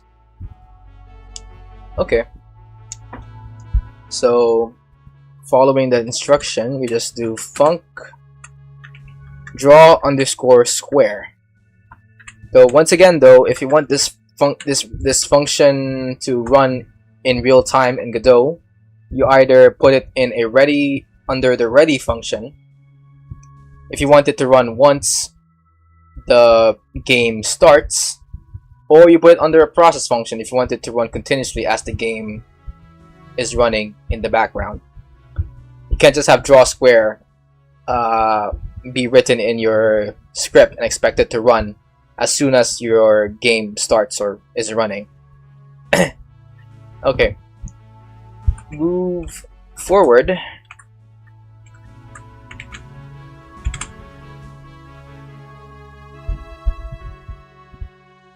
Move forward. And now let's okay, so the goal here is to draw a square of 200 pixels. All I have to do is just do this. Turn underscore right 90 degrees, and let me just copy and paste this, all of this.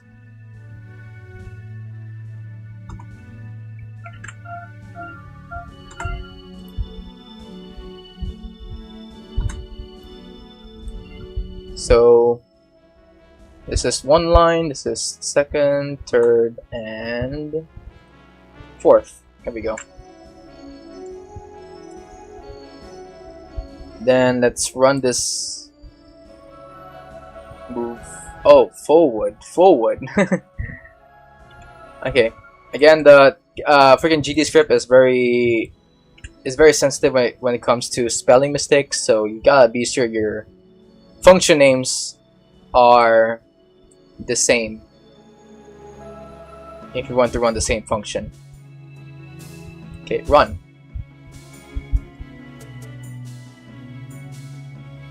Hey, we did it. Let's go. Now let's continue. We can continue with this.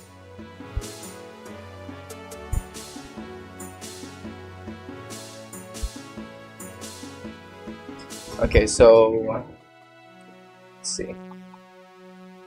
Now, normally, if you want a function built on top of other functions, I think the general convention, coding convention, is that if you have a function stacked on top of one another, you want the function that's the most that's running the raw data to be below the function that is referencing all other functions. So for example, I have this draw square that draws me a square, but if I want to draw 3 squares, if I want a function that will help me draw 3 squares, I put on top of it to let's see, draw 3 squares.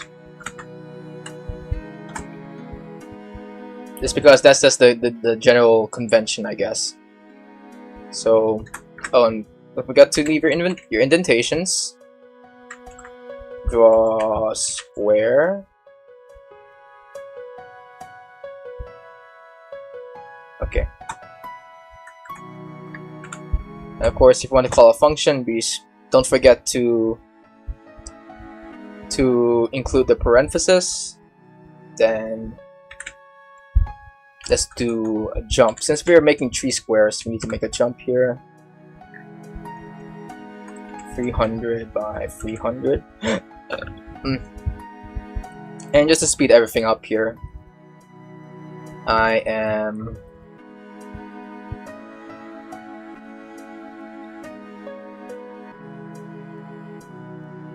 going to copy, paste,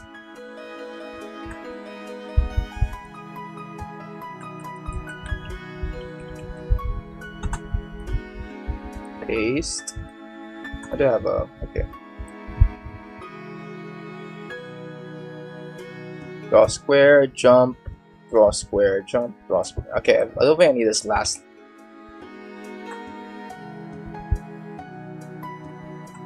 one here. Okay. Alright, let's run this. Oh yeah, I forgot to. Don't forget to add a colon, then run.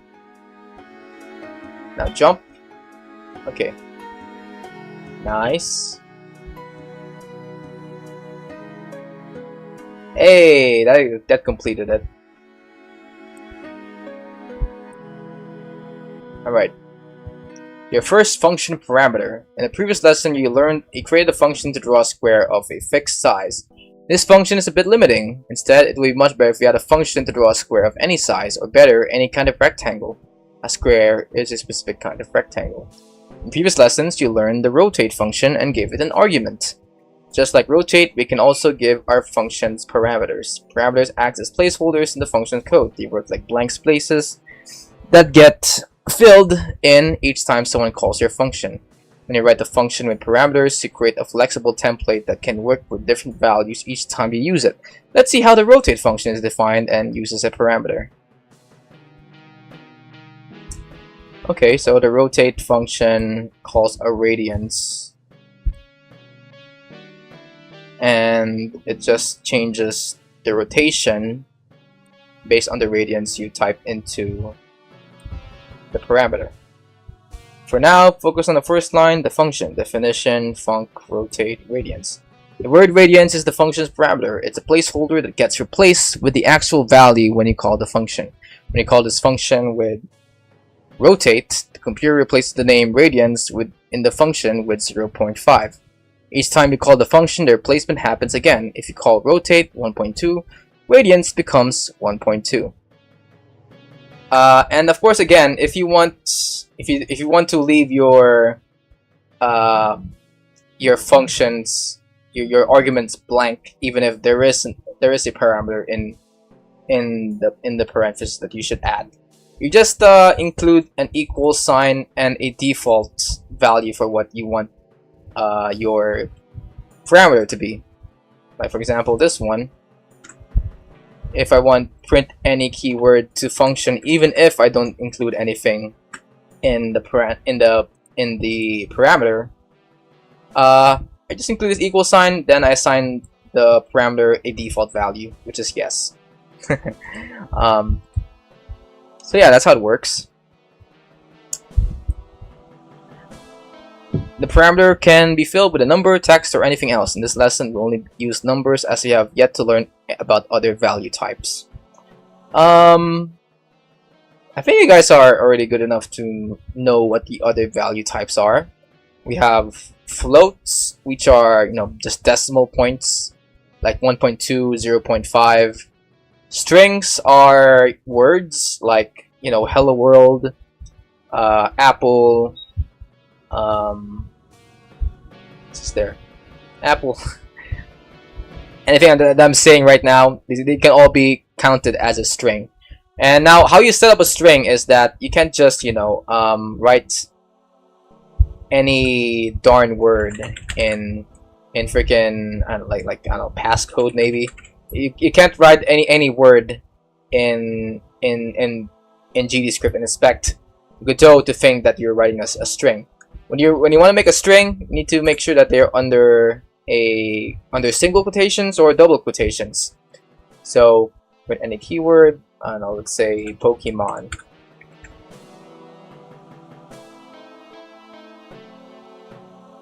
That can be counted as a string.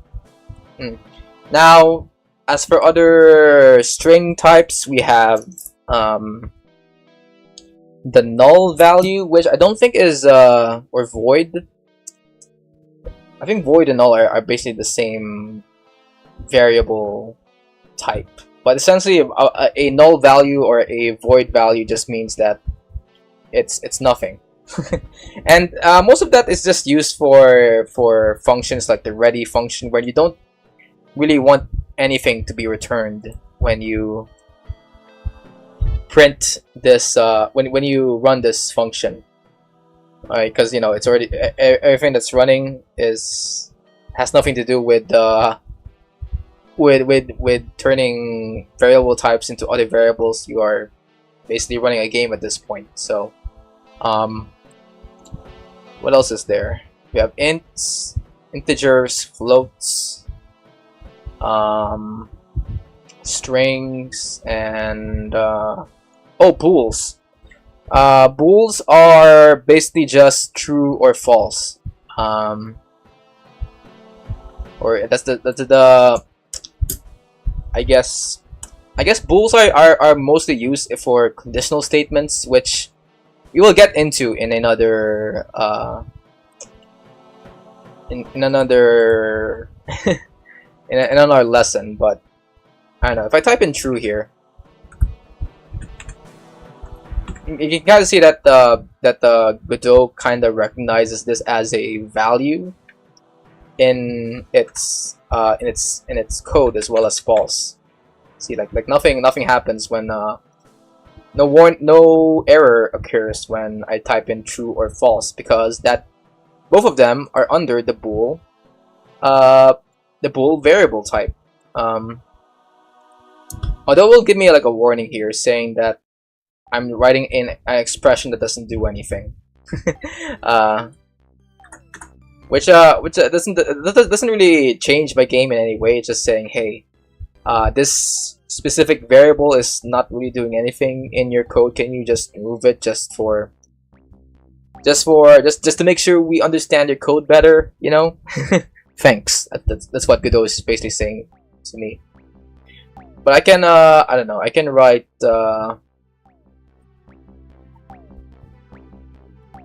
true here, or I don't know, a bool value here for var am I cool. Let's make this a bool variable type and have it be true. And if I were to run this code, am I cool, under here, and run this game, see if this works. Yep, it returns true. Now this is not a string, by the way. This in itself is the word. Well, yeah, it's the word true. I guess. Technically, it is the word true, but this function, this word true is actually very useful when you're gonna make, you know, stuff more complicated stuff like conditional statements, which I think is something that should be talked about another time. But for now, let's see. Each time you call a function, you call rotate. Value types. What is the function parameter? A number used to make calculations. A label you give to a value the function receives. A number used to make, no. It's a label you give to a value the function receives. Yeah. How to create functions with parameters. When you write a function definition, you can add parameters. To add a parameter, write a placeholder name inside the parenthesis. When someone calls your function with a value, every copy of the parameter in the function gets replaced with that value. You can give parameters any name. How you name functions and parameters is up to you. Just remember that names cannot contain spaces. Yeah, for anything like variables, function names, or parameter names even, don't include a space in it. If you want a space, just, you know, go for the good old underscore button, I guess. The following function definition is exactly equivalent to the previous one. Draw square side length. The parameters make your code easier to reuse. You write the function once as a template, then you can call it many times with different values. Here's an example of the function to draw any square. The parameter size is a placeholder. A square, and then we space the value, drawing squares of different sizes. Okay, good. Which function is the correct syntax for a function definition? Let's see.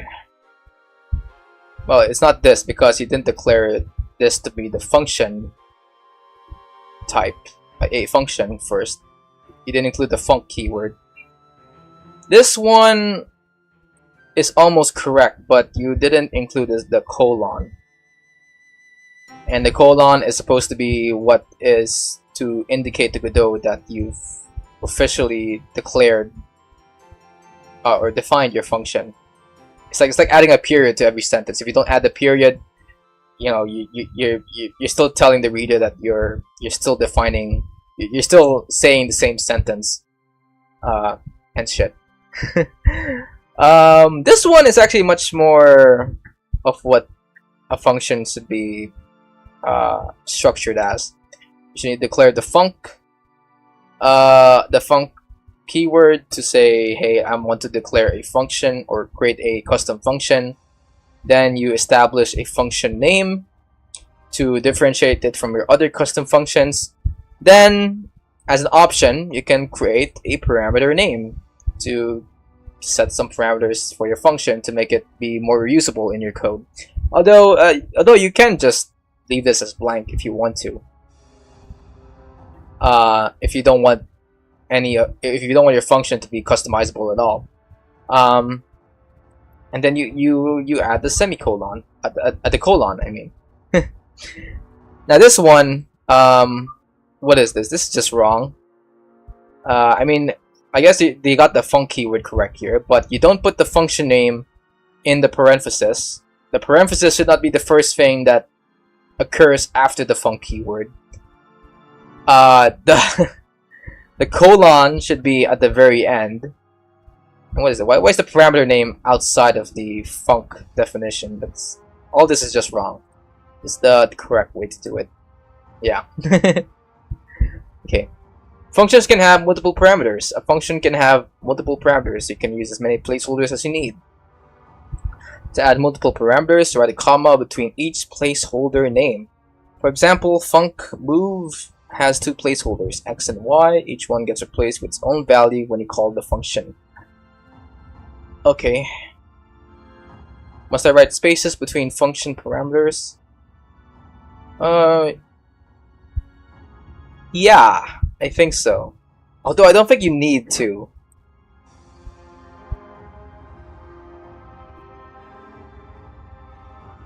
Yeah, you don't need to. When it comes to parameters, to separating parameter 1 to parameter 2, you don't need a space at all. You can just go for the good old comma, and Godot could easily detect that you're writing two parameters. But to make it more readable, just add that that extra space, just so you know especially if you're working with a team, you want to make sure that the code is, again, as readable as possible to anyone who is reading your code for the first time. So adding that little space can be helpful to anyone who may have some eye problems, or may have trouble understanding what part of your code is this specifically. Yeah, it's for readability. Okay. Yo, learning Godot too? Yeah, I'm learning Godot, bro. Well, today I'm actually teaching you guys Godot, to anyone who may not know about GDScript. But I am learning Godot in my off time. I'm now learning how to make UI elements in Godot, so if you guys are interested in that, I can show you guys how to make UI in some other stream, I guess. But for now, we're learning the basics of Godot, I guess. In a function definition, you must have I've read this already. The following example shows a function with two parameters. The function moves an entity on both the x and y axis. When they call move, every x in the function gets replaced with 50. Every y gets replaced with 100. When defining a function, parameters are optional. Yeah. You can define functions with or without parameters depending on your needs. What's the correct syntax to define a function with the multiple parameters? Well, this one isn't inside the parenthesis. This one is... well, it's... both of this is correct, I think. Oh wait, no, this one is missing a comma, so this is the one. Yeah. Now it's your turn to create a function with multiple parameters. In the following practices, you'll write functions that I will call with different values. Your functions need to work correctly no matter what values the app passes to them. Alright, let's do the practice here. Before we create a rectangle of any size, let's first practice with a simpler shape. I will call your function twice with different values. Your task is to add a parameter named length to your function definition. Okay. This creates a placeholder when the app calls your function. The placeholder will get replaced with the value in parentheses. Your function should move the turtle forward by an amount defined by the length parameter. Turn right 90 degrees, then move forward by length again.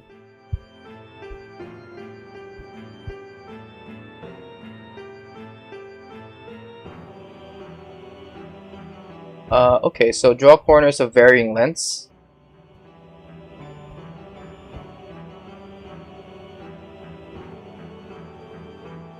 Draw corner. Ah, okay.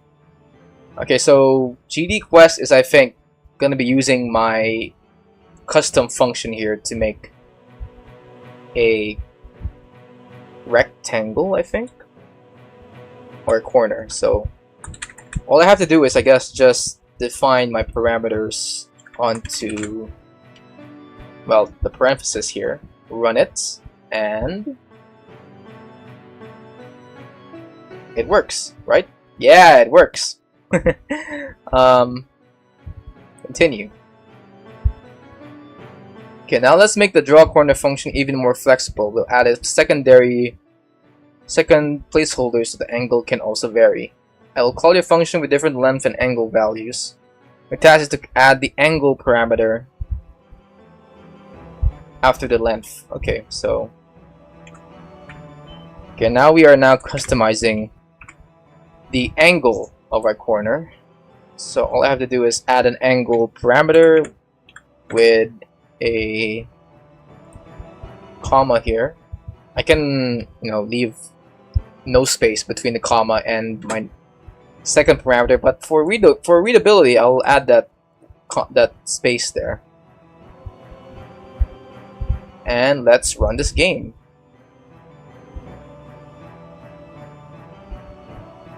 Let's go. Okay. Continue. Time to write a complete function from scratch. You'll make a function that draws squares of any size. I will call your function with different sizes. Okay. So my function name is called draw square. But if I'm going to be talking with someone else here, I could also make this function be any name actually. But since GDQuest wants me to write a specific name here, we will make the name of it be draw square, and let's to move forward by length, and we move forward.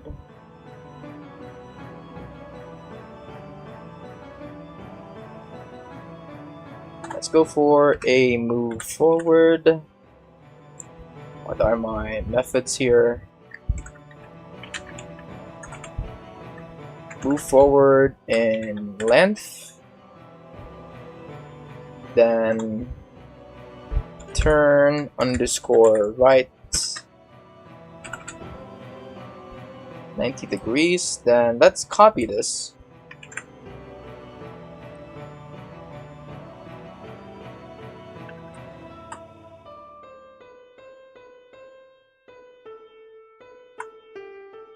Let's see, 1, 2, 3, and 4, like that.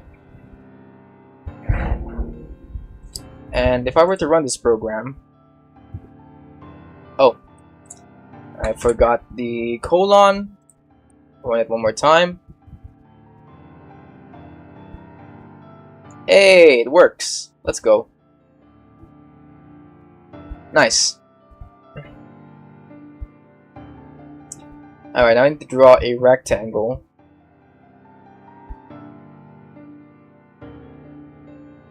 Okay. So to make a rectangle, all I need to do is just go for the length, establish a length parameter and a height parameter. Then under move forward, it should be the length. This should be the height, and of course the rest of this should alter like that, because it will move forward first to establish the length, turn right 90 degrees. Then this next line will indicate the height, the height of my rectangle. Turn right again, then it goes back to getting the length and the height. Rinse and repeat. It gives me a rectangle. Run.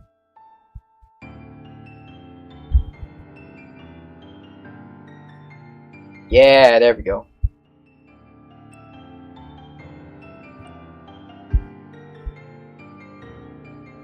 Alright, introduction to member variables. In this lesson, we take a first look at variables. In games, you need to keep track of many values that change over time. The player's core, every character or enemy's health, the last checkpoint, and so much more. You need to store, retrieve, and update those values. We call those values variables. Variables are labels you use to keep track of values that vary over time. Here's an example of variable tracking a character or monster's health. Var health equals 100. The line above defines a new variable named health and assigns it a starting value of 100. That's what the equal sign does. More on that below. Okay, so just to add to this, variables can actually change if you put it under a function. So for example, now let's use the same variable here. Var health equals 100. If I were to put this under the ready function and I go health equals 20, no error happens, because in variable rules you can actually change the value of your variable in a function, but you cannot change them as you are declaring your function. So if I were to do it outside of the var ready function, var health equals 30 equals 30, it won't do it. It will give me an error message saying that it has the same name. So you cannot change variables outside of functions, but you can change variables inside of functions. Just make sure to drop, I think you need to drop the var health.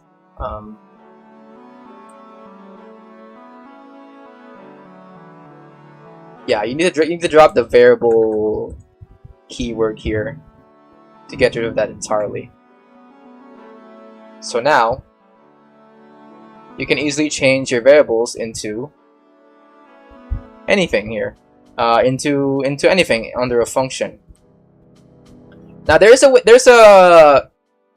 a type of variable called a constant that makes sure that the variable stays the same, even if the function requires it to sort of change the state, to change it, which is called a constant. But we'll look into that in another time here. But for now, let's read on to this. Function parameters, which you saw in the previous lesson, are another example of variables. In this lesson, we start using variables built into Godot. They're a particular kind called member variables. Member variables are values attached to a game entity. They're useful properties like the position, rotation, and scale of a character. In a previous lesson, we saw how we could use the rotate function to rotate our character. This function increases or decreases the value of the entity's rotation member variable. Oh, so that's what a member variable is. It's like a property in a node, in a way. By the way, you can know what the member variables of a specific node are by just selecting one variable here, like, I don't know, like my sprite 2D here, one node here, like the sprite 2D here, and then just hover through this these stuff around my scene here, my inspector here. So under a sprite 2D, you can have let's see, a sprite 2D has properties like centered, and centered, according to this tooltip here, is a bool variable. And as we've said before, a bool is just either true or false. So if I say false here, and I run my game, this will kind of offset my my sprite 2D here to be more visible in the top left corner here. But if I were to say, I don't know, change this to true, you'll see that what happens is that the Godot logo will move slightly to the corner there. So now only a fourth of it is being seen in my game screen. So that's just a little bit about how you can find the member variables of your node. It's just by selecting your node that you want to manipulate its properties off and just seeing all the properties that are under the inspector here. Now there are some variables that oh hello. There are some variables that are not gonna be like mentioned in the inspector, like for example shader parameters. I think shader parameters are like the only ones that kinda need you to do something first before you can properly reference it into your GDScript. But that's another complicated topic. I can't just talk to you guys right now if you're a beginner. So I'll mention that if Godot talks about it here in this freaking in this learning tool right here. Notice how it equals. Okay, this function increases or decreases the value of the entity's rotation member variables. Say you want to reset the rotation to 0 and make the character upright. Using the rotate function can prove difficult. You need to know the character's exact current angle to cancel it out. It's much easier to use the member variable rather than the function.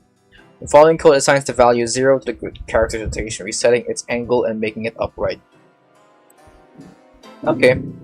Notice how we use the equal sign to change the value of a variable. Okay. Are you Indo? Are you Indo? Oh, sorry. Hold on. Let me read chat here. Are you Indomas? No, I am Filipino. So yeah, I mean, we're basically in the same area of Asia, right? But I don't speak. I guess, is that Indonesian? Is that Indonesian you're speaking right now? I sorry, I apologize if I can't speak, you know, anything other than English right now. But yeah, I apologize if my live stream is not for you. Anyway, notice how the equal sign to change the variable. And label use keep track of the variable function. Submit. There we go.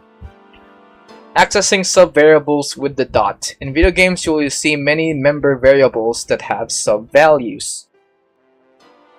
For example, the position we mentioned has two coordinates, x and y. It's the same for the scale. As x and y sub-variables, they respectively control the horizontal and vertical size of the game entity. To access those x and y subcomponents, you add a dot after the variable name. The code below faces the entity at 200 pixels on the x-axis and 250 pixels on the y-axis. So yeah, even properties can also have, or member variables can also have variables of their own, especially things like rotation and position parameters, wherein they are basically just vec2, vec3 variables that contain 2 or 3 different numbers. So if you want to specify what number you want to specifically manipulate, like for example position, you would add a dot followed by the axis that you want to manipulate. So if you want to manipulate the x-axis of your character, you include a dot x after your position member variable. And if you want to manipulate the y position, the position of your character in the y axis, you add a dot y to your member variable. So I run this. This would put me to the right and down a bit, I think. Yeah, that right and down a bit. Notice how we use the equal sign to assign the numbers on the right to the subvariables on the left. Unlike in maths and computer programming, the equal sign does not mean is equal to. Instead, it means assign the result of the expression on the right to the variable on the left. We assign values so often in code. In code that we prefer to reserve the equal sign for that.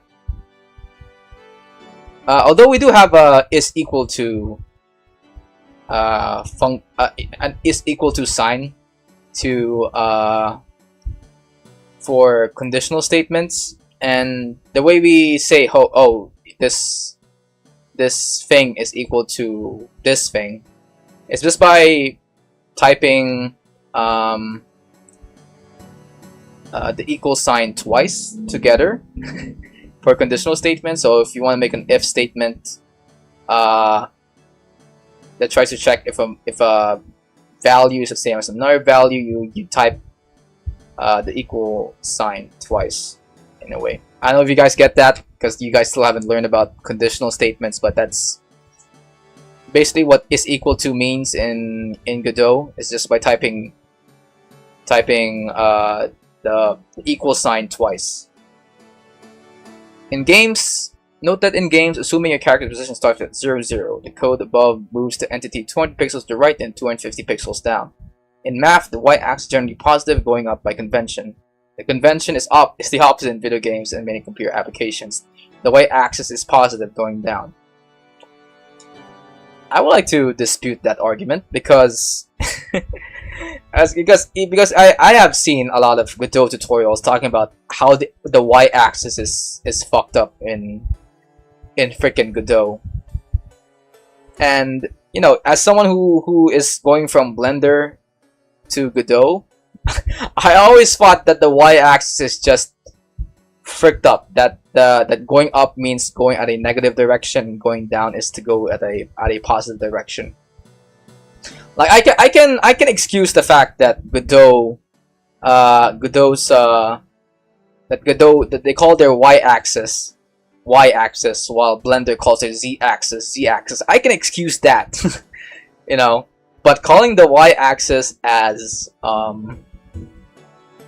but making the up direction be the negative direction is like it's just something else, bro. Because you know, if you want to go up, you're going in a positive direction, right? Because that's just how our brain works. If you get a good grade, you're just going up. You're going in a positive direction. Is what people say in English. So the fact that that going in the y-axis is going at the negative direction according to Godot is just bonkers. I mean, it doesn't really actively change the way you code in Godot. You just have to like make your variables a negative if you want to go up in a way. But it's just that those pet peeves that you just kind of wish is not there. It's kind of like having like a grain of sand in your freaking asshole or something. It's that's just how inconvenient it is. It doesn't change the whole world, but it is like a freaking pain in the ass sometimes. Especially when you're like your code gets more complicated and you're wondering why your balloon is going down instead of going up. If you have like maybe a balloon object in your scene. It's sometimes easy for a programmer to mistake the positive direction to be the up direction in Godot. But anyway, okay, why does the y-axis point downwards? This may be confusing if you only saw the y-axis pointing up in math classes. However, in math, axes go in any direction. They don't even have to be perpendicular. On the computer, the position 0 happens to correspond to the top left of your computer screen. It then makes sense for coordinates to be positive when going down and going towards the bottom right corner. This leads to another question: why is position 0 the top left of the screen? This is due to computer and TV displays history, they would calculate and display pixels starting from the top left corner and moving towards the bottom right corner.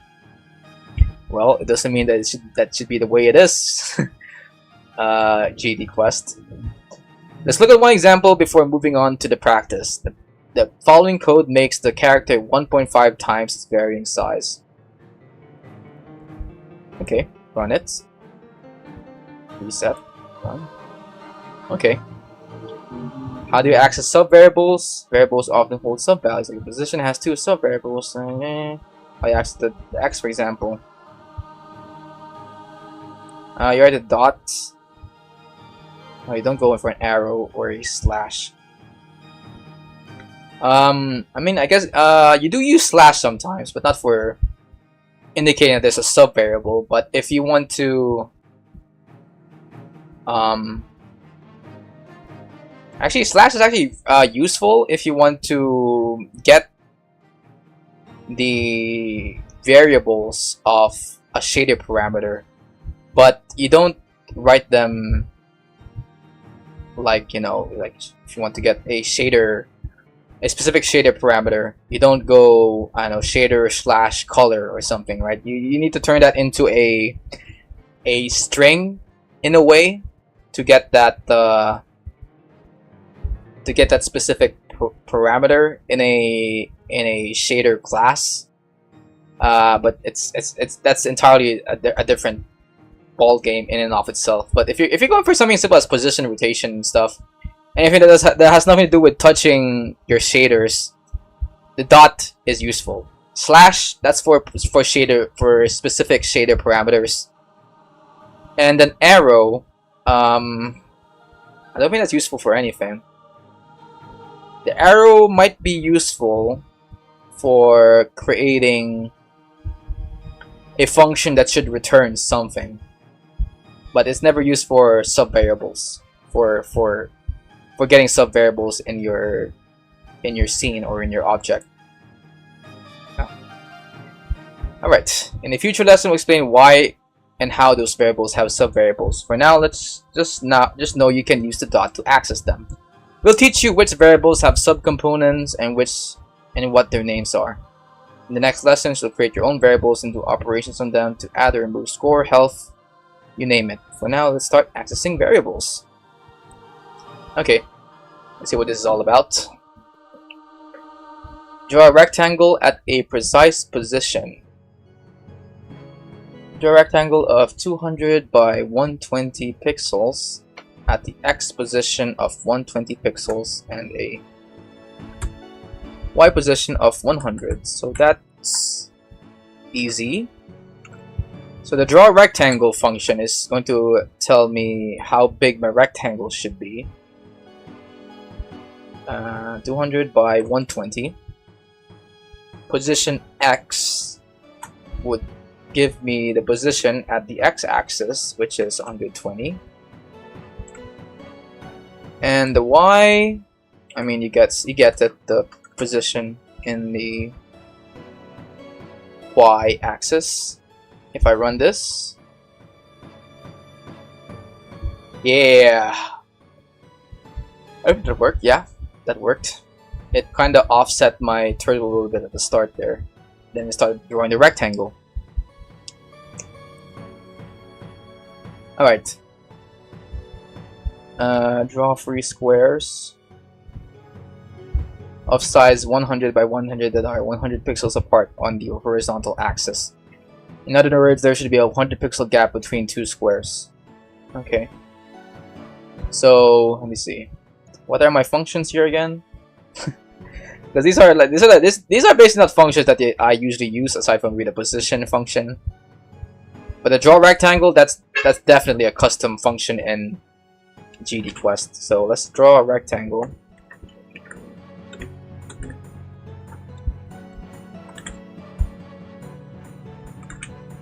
Of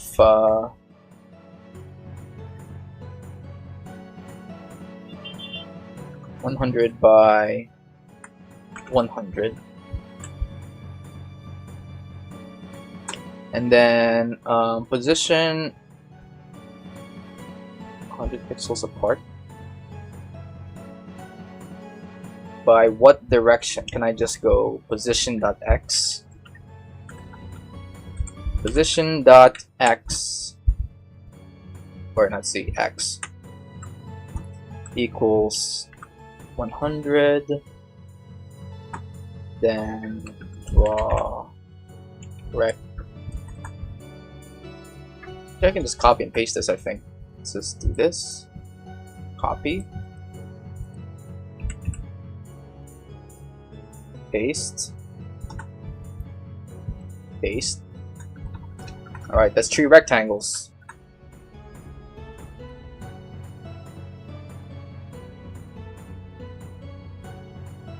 Okay, so it will draw a rectangle first of 100 by 100. Then it will jump 100 pixels to the x. Draw another rectangle 100 by 100. Jump again 100 pixels to the right. Then draw another rectangle. Let's see if this works.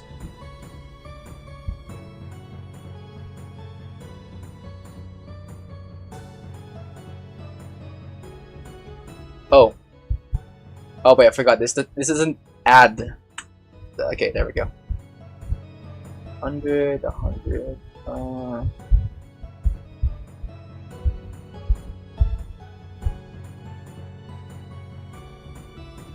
Okay, so I forgot that the position isn't going to add itself to it. How about plus equals?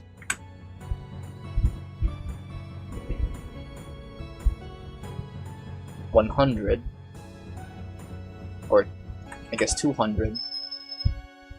Because if I were to, so if you guys are wondering what plus equals means, it means that I'm going to add position. Position.x would equal to its current position of position.x and add it to 200. So it's the same as going position.x equals position.x plus 200. That's this statement is the same as this line. But to make it shorter, I'm gonna go for this simple here. So since I always end up at this point here, if I were to jump 100 pixels, it will only lead me to this corner right here. So to change that, we're gonna jump another 100 pixels to make that space between the squares. So 100 plus 100 is 200. So we have this. There we go.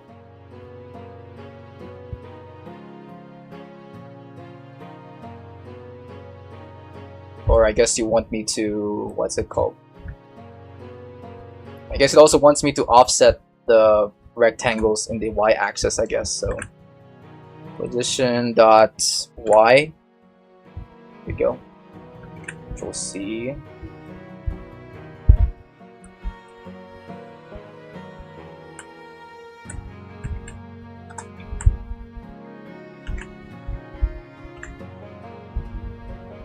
Alright, there we go.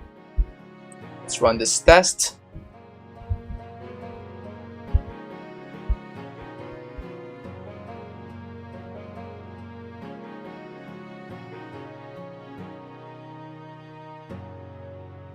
All squares are all 100. Wait a minute, they're all 100 by 100. What are they talking about? First shape is at 100 by 100. Oh! Okay, that I misunderstood the assignment there. It says here first shape's at 100 by 100, but then that's the position, not the scale. Okay. Okay. Position dot x equals 100. Position dot y equals 100. Okay, it was just a matter of understanding the instructions here. The first shape should be at position 100 by 100, not at a scale of 100 by 100. So I just need to include that part there. Okay.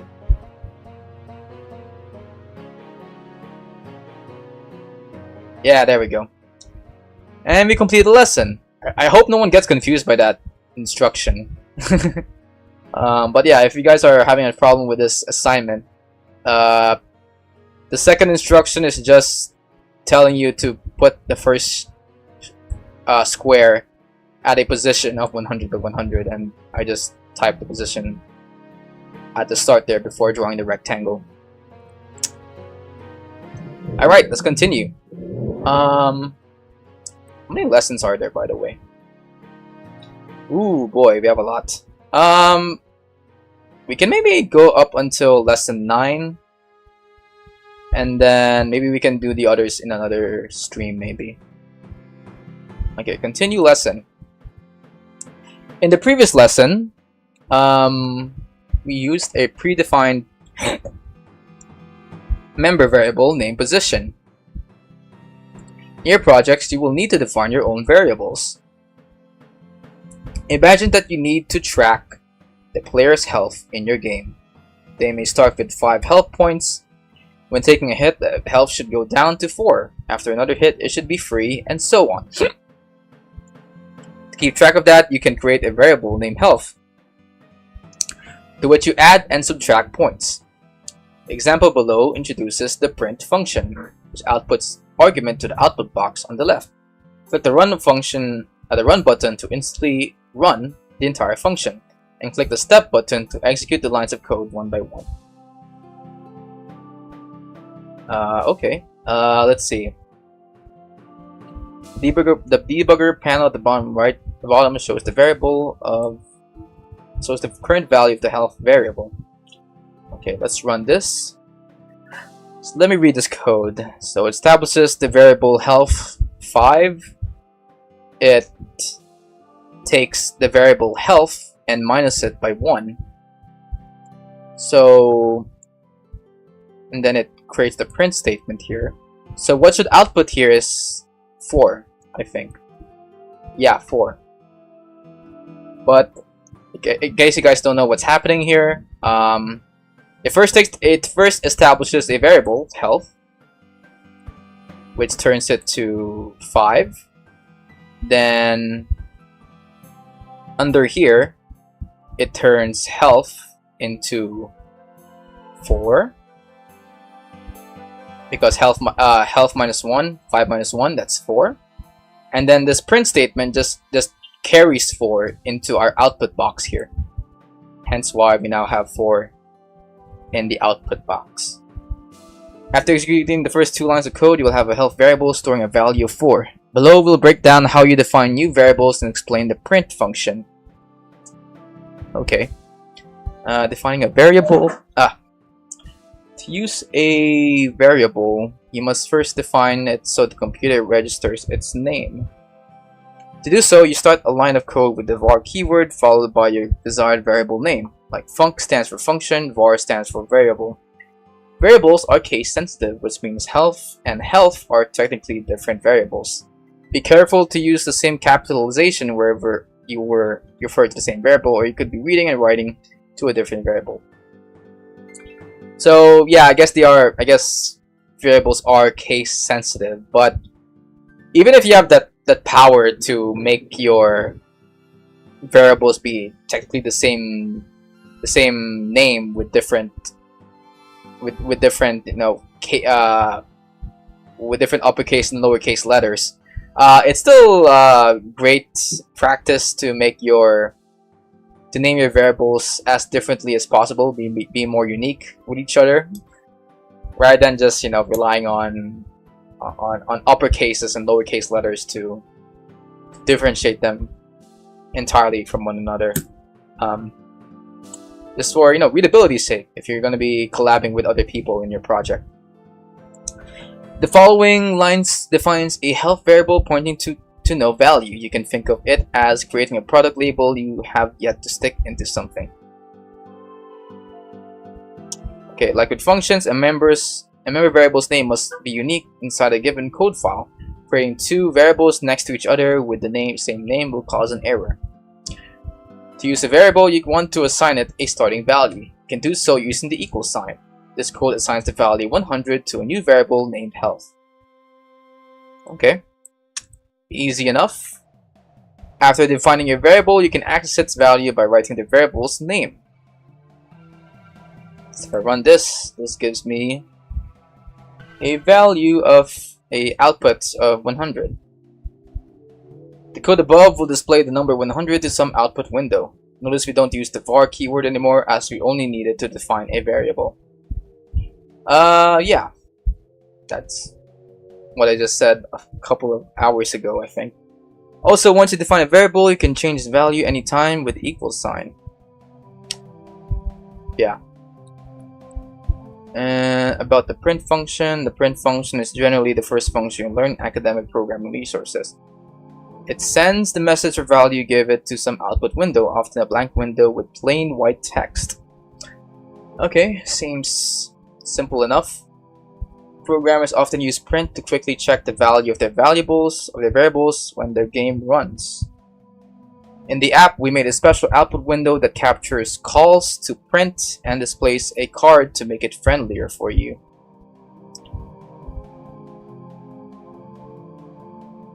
Okay, programmers often use print to quickly check. What do you mean?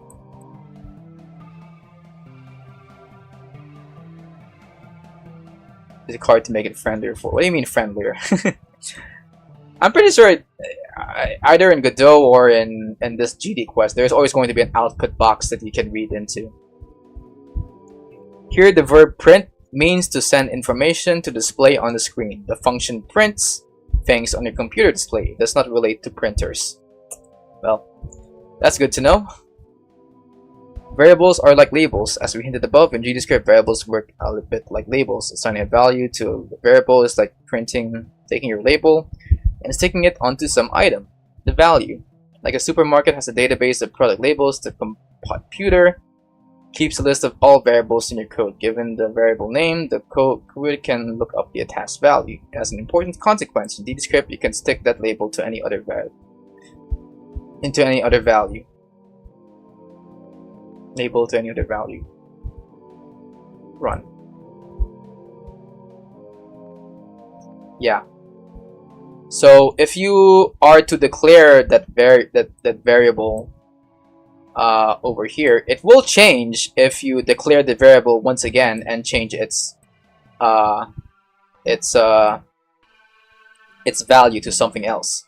Now there is a way to prevent that from happening, and that's by telling Godot what kind of variable type you want your variable to be. So if I were to say get a var health of 100 and health is equal to 20, what will be printed here is, let's see, print any word, print health. What will be printed here is 20, not 100. But there's a way to kind of make sure that you prevent yourself from making a change like that, and that's by assigning a variable type. So let's say I want this to always be an integer, so let's make this int like that, and let's turn this into maybe a string, like, I don't know, hello. It will now give you an error saying that, oh, you can't assign a value of type string as an int, because since we already told Godot that the only variables this variable can accept is an int, it will not accept hello. So the program won't run unless you change your health value back into a freaking integer. And how you do that is just by just getting rid of this value entirely, or just by changing this back into an integer. Now, there's still a way for you to change the variable through this method. If you just, you know, if the new value of your health is another integer, it will still accept that. So just keep that in mind. But if you unmistakenly change your health value into a different variable type, like a string, then Godot will call you out for it. So we'll call you out for it, and you can easily change that in your script, because Godot pretty much gave you the option, the warning to do so. Anyway, back to here. The above code's like taking a label from the appropriate item and sticking it to the wrong thing. Line 2. Line 3, health holds text. Yeah.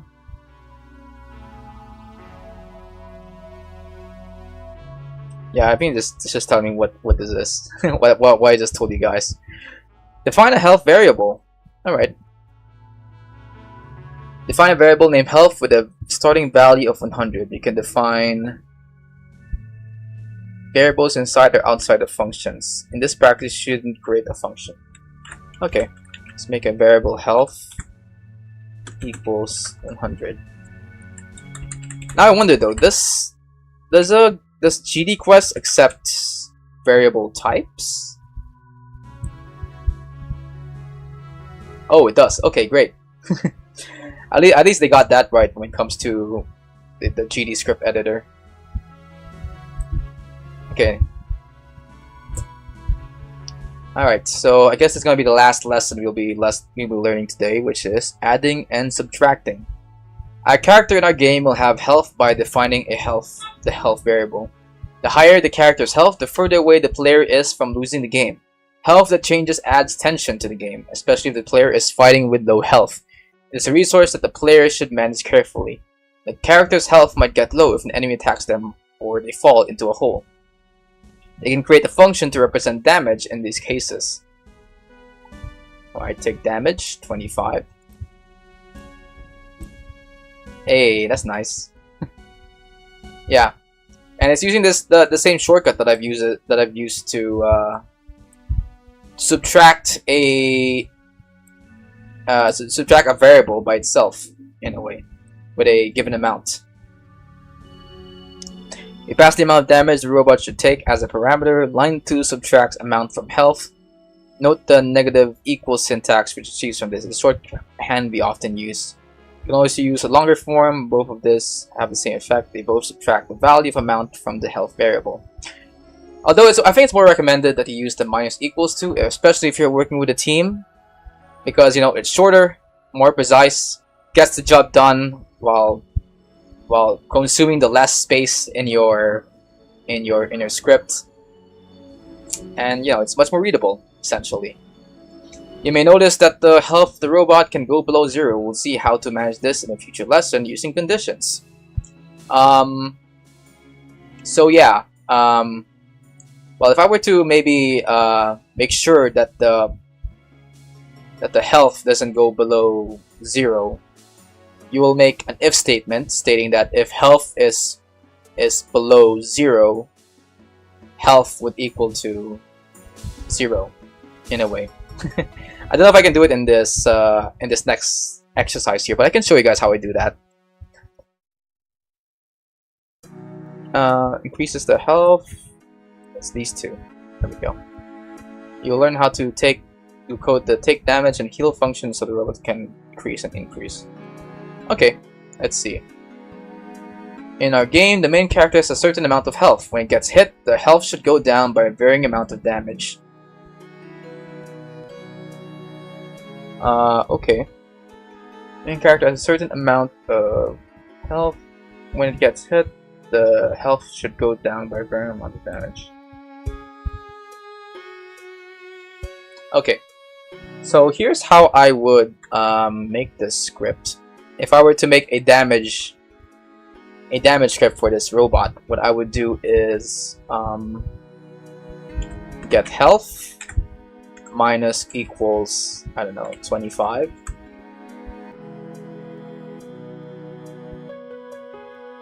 And I think think that's it. If I run this, at 50 health after taking damage. Oh, 50 health. Oh, sorry, I didn't read the last statement there. Just change that to negative 50. Negative equals minus equals 50, and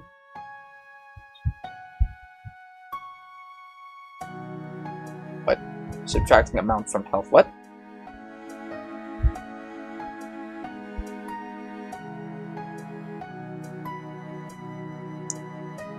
Okay, in our game, the main character has a certain amount of health. When it gets hit, the health should go down by a varying amount of damage. Add to the take damage function. Oh, wait. Amount. Minus equals amount. You want me to declare a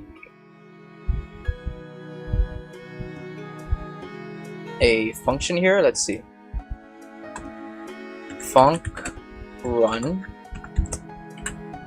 Normally I just have a ready function here ready, but let's go take damage. Take damage by 50. Like that.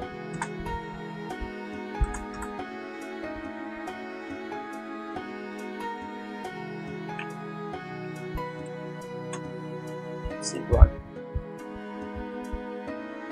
There we go. Okay. So that kind of put me off a little bit. So typing in run to actually run my game. Let's see. Can I run this again? Okay. So if I want to say, I don't know, make sure that the health doesn't go below 0, because you know if you've seen this same code run in the lesson module here, it was going under the negatives, right? If I want to do something with that, let's say I want to minus this by 125. Now, if I'm going to run this code, that's not supposed to happen. What's happening? What the frick? Health minus equals take damage minus equals amount. Run.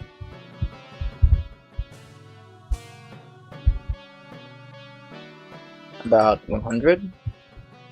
Run. That doesn't make sense. What's happening right now? Can I reset this?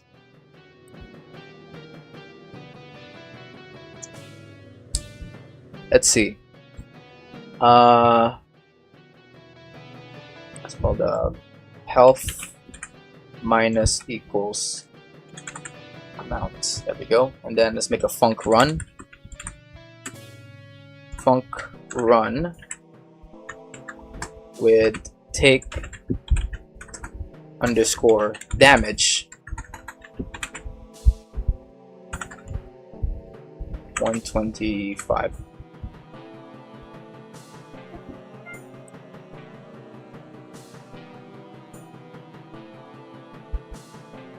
Okay, that's not how it's supposed to work, but yeah, this is supposed to be taking more damage than just 50. But if I were to if I want to make this more usable, because it keeps going down to the negatives if I wanted to. But if I make a if health is less than 0, he would make a health equals 0. Something like that. We'll add this like extra statement here, just to make sure that the health doesn't fall into the negatives. Yeah, I guess that's your guys' introduction to the if statements or conditional statements here. So yeah, let's go to here now. It's time to heal your robot up to full health. Write a function called heal. Heal and and we'll heal 50 to get it up to 100. Okay, amount. And let's heal, I don't know, health plus equals amount. Then under a func run command, we will make health, I don't know, heal 50, like that. Or you know what, let's go for 100.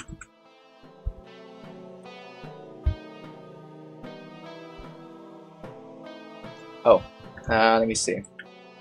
I forgot to create a colon here. Nice. Okay. So there seems to be some. This should be at the. This should actually go beyond 100 right now. It should be like 150. But I think there's some safety parameters in GDQuest that's preventing me from dynamically changing the health bar here. But so far it's working. But really, if you really want to put back to 100, you go for 50 here instead of 100, because if you go 100 and if you actually apply the same script into Godot, well, first of all, there's no such thing as a run function, so this script won't run at all. And secondly, but even if you did define a run function, it will heal this past 100 and into 150. So that's something you need to keep track of, I guess. And lesson is complete. Let's go. Oh, this is sort of a short one. What is this? As we've seen, Godot has functions that do certain actions. Should we do this one scene before one lesson before we end stream? I think we can do this one. We can do this one lesson before we end stream. As we've seen, Godot has functions that do certain actions. For example, the show and hide functions change the visibility of things. We can also create our own functions to make custom effects like adding or removing health to a character. Godot has special functions we can customize or add to. Take the process function. Oh, finally, we're now talking about the real functions here, rather than the freaking run or the whatever the others are to ready up our game. The process function gets its name because it does calculations or continuous actions. It's like a juicy factory that processes juice bottles. The bottles are always moving like a conveyor belt, along conveyor belt, while different machines operate on them. It's similar in Godot, but this function can run hundreds of times a second. How many parameters does this function take? 1. Yeah, 1. Although, you don't really need to actually fill that function, that parameter in a process function. Because by default, the delta parameter of the process function is just taking into account the frames per second of your computer. So you don't need to actually write anything under this parenthesis. It will just do that for you. And even if you do try to write something there, I think it will actually create an error. So better to just leave that as blank. Because if you don't, if you do, your game won't run at all. A process function won't do anything until we add something to it. You might notice the underscore in front of the function name. This is a convention programmers use to coordinate work, and it'll only make sense once you have experience coding in Godot. For now, all you need to know is that if the function exists in your code and it's called precisely processed, then Godot will automatically run it every frame. Okay, just to add also to what delta is, it's more specific. It's not specifically the frames per second, but more so the amount of time it takes to switch from one frame of your game to the next. Because a game essentially is like a freaking flip book. you know, you guys know what flipbook is. You know, you draw one drawing or a frame in a flipbook, then you flip to the other one, then draw another frame, and when you finally make your entire animation and you start flipping your flipbook in rapid time, you get some movement in your game, in your flipbook. If you maybe draw a stickman walking and you start flipping your flipbook, it starts to, you know, move around and stuff like that. And delta time is essentially that the time it takes to flip from one page of that flipbook to another. Most likely that's what delta time is. In game, it's just to summarize my thoughts, it is the time it takes to go from one frame of your game to another. Now, how is that useful in your game? Well, it's hard to explain, but to keep it short, you pretty much use delta time to make sure that your game runs well on any kind of device, because your game may run smoothly on, like, say, a very beefed up computer that has like a 3090 GPU installed in it, but it may not run well if you are freaking playing that game in a freaking, I don't know, gaming laptop in a way.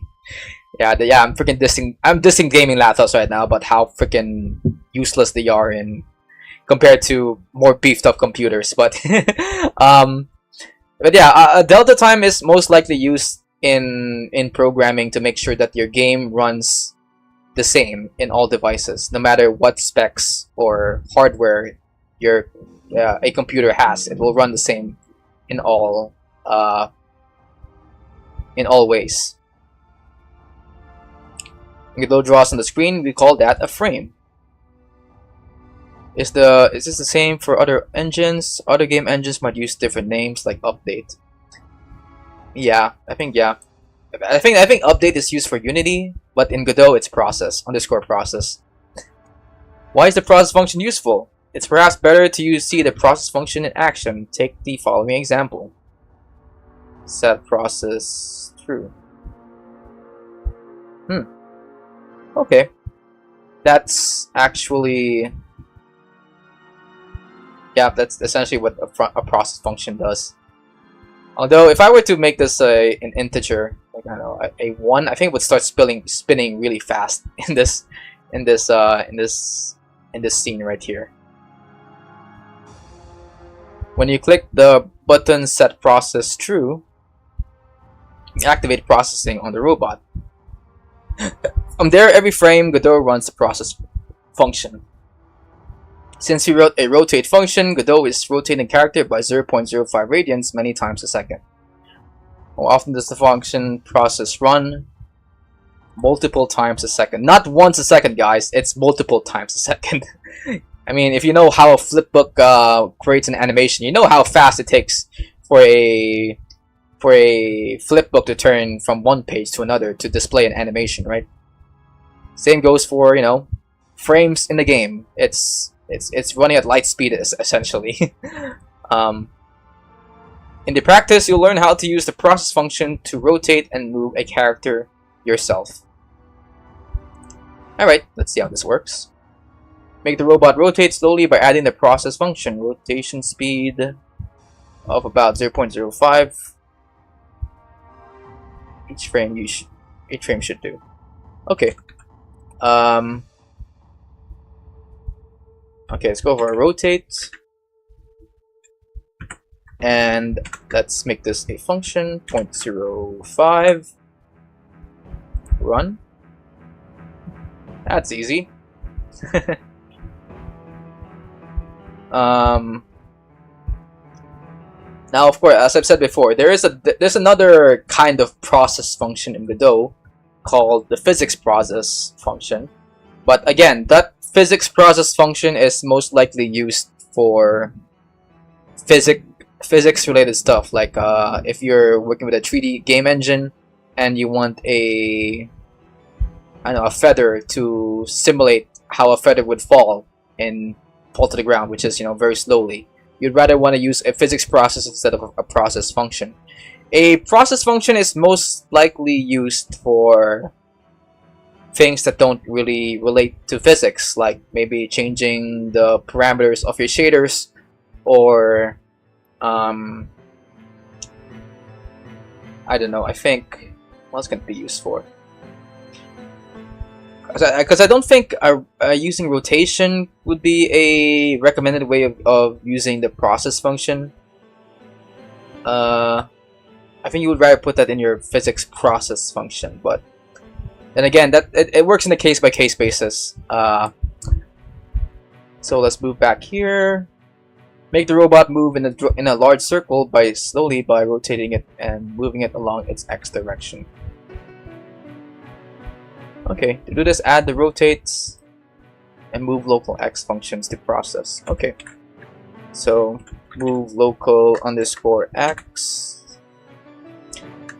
And I'm guessing that this script is already linked into, I don't know, the sprite 2D or the node 2D of this character.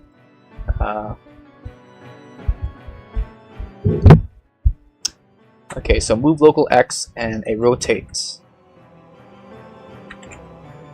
So we want to rotation speed of 0.05, 0.05, and a move local x of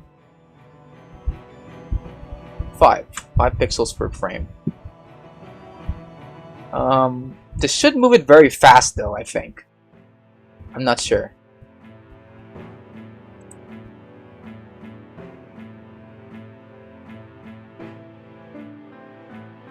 Wait, what? That's how it's supposed to work? What? Move local x and rotate. That is,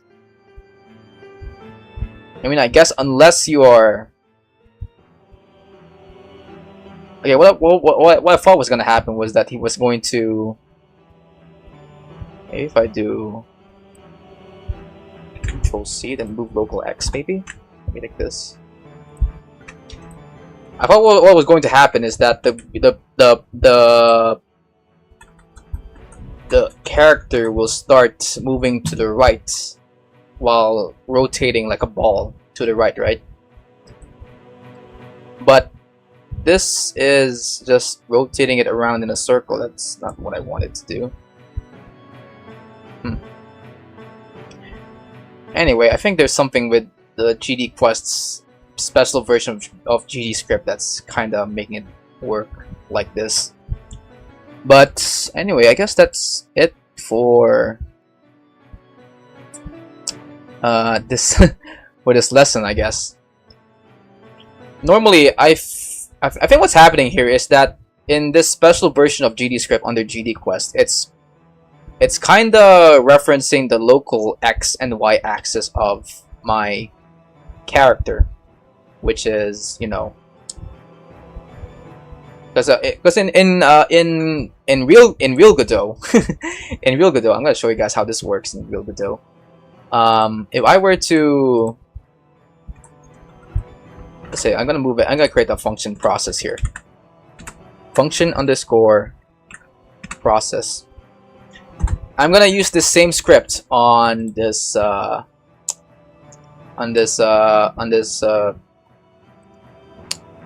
what's it called, on this Godot logo here, and we're going to reference it, sprite 2D dot move local x to 5, and we'll do the same. We'll do another one, sprite 2D dot rotate 0.05. Yeah, 0.05. And to make sure I'm not bullshitting you guys, I'm gonna comment all of this just to give you guys an idea of what I'm talking about here. I'll keep the sprite 2D intact. Control K. Control K. There we go. So all that's left is this. Okay. So in real life Godot, what will happen is, well, it's gonna move really fast actually. Oh wait, that's what the move local X does.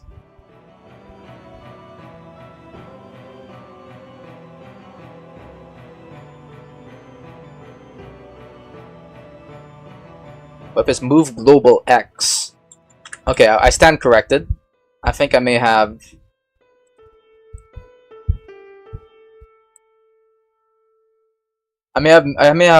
underestimated the GDScript of GDQuest. But I think, yeah, I think move local axis actually does move it in the local axis of my scene. Yeah. If you guys don't know what local axis is, I'm gonna open up freaking Blender here real quickly. Just to give you guys a little bit of an idea what's the difference between local and global axes. So let's go here.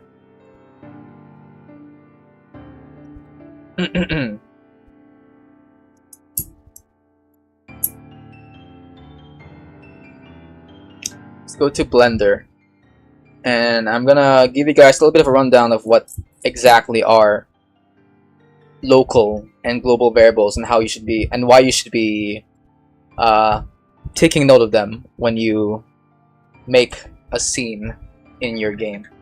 So I know this is 3D, but this is assume that what you're looking at is a square in your in the screen in the screen right here. The global axis would be this. Hold on. I don't know if you guys can see it, but there's an arrow here. We're here. Let me see. I'll move it a little. I can't see the freaking arrow. Edit, preferences, input, or was it viewport?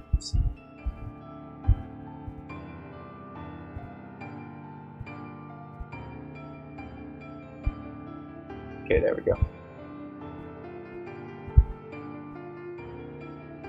I still can't see the freaking, oh my god. Edit, preferences. Is there a way to change the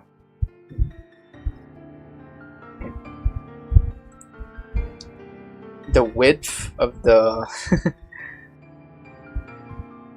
of the freaking, okay, never mind. Okay, so when you are, okay, here's my explanation of what global and local variables are. So a global variable is basically, you know, this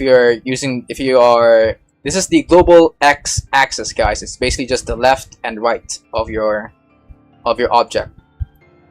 Your global Y, that would be your up and down, your basic up and down. Simple, right? That is also this cube's local and global, local X and Y axis.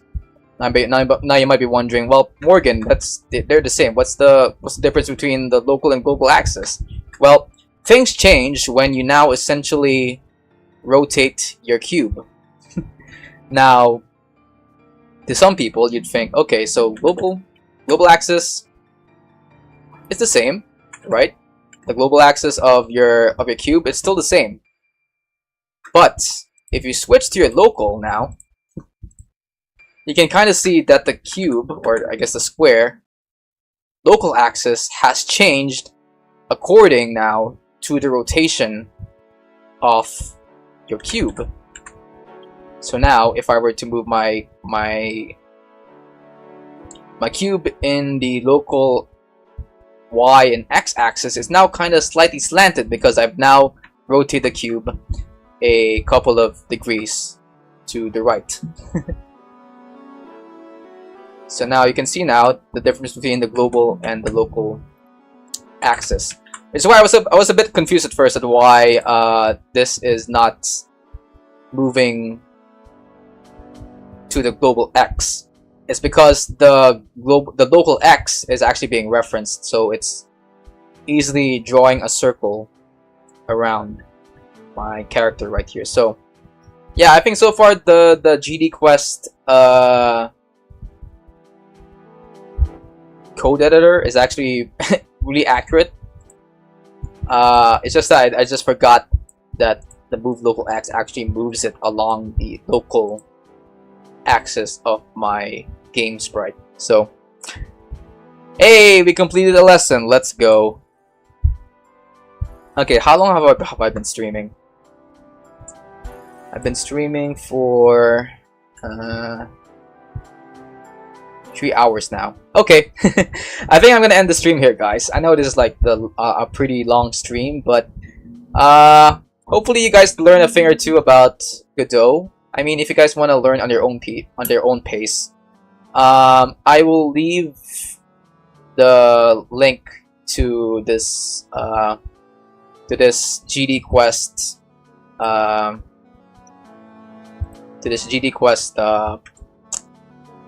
learning tool down in the description if you want to learn more about GDScript on your own pace, because I feel like I've complicated some things for you guys at the start. But overall, that is GDScript, guys. If you like what you see, be sure to like and subscribe. On our next stream, we're gonna go back to our roots here.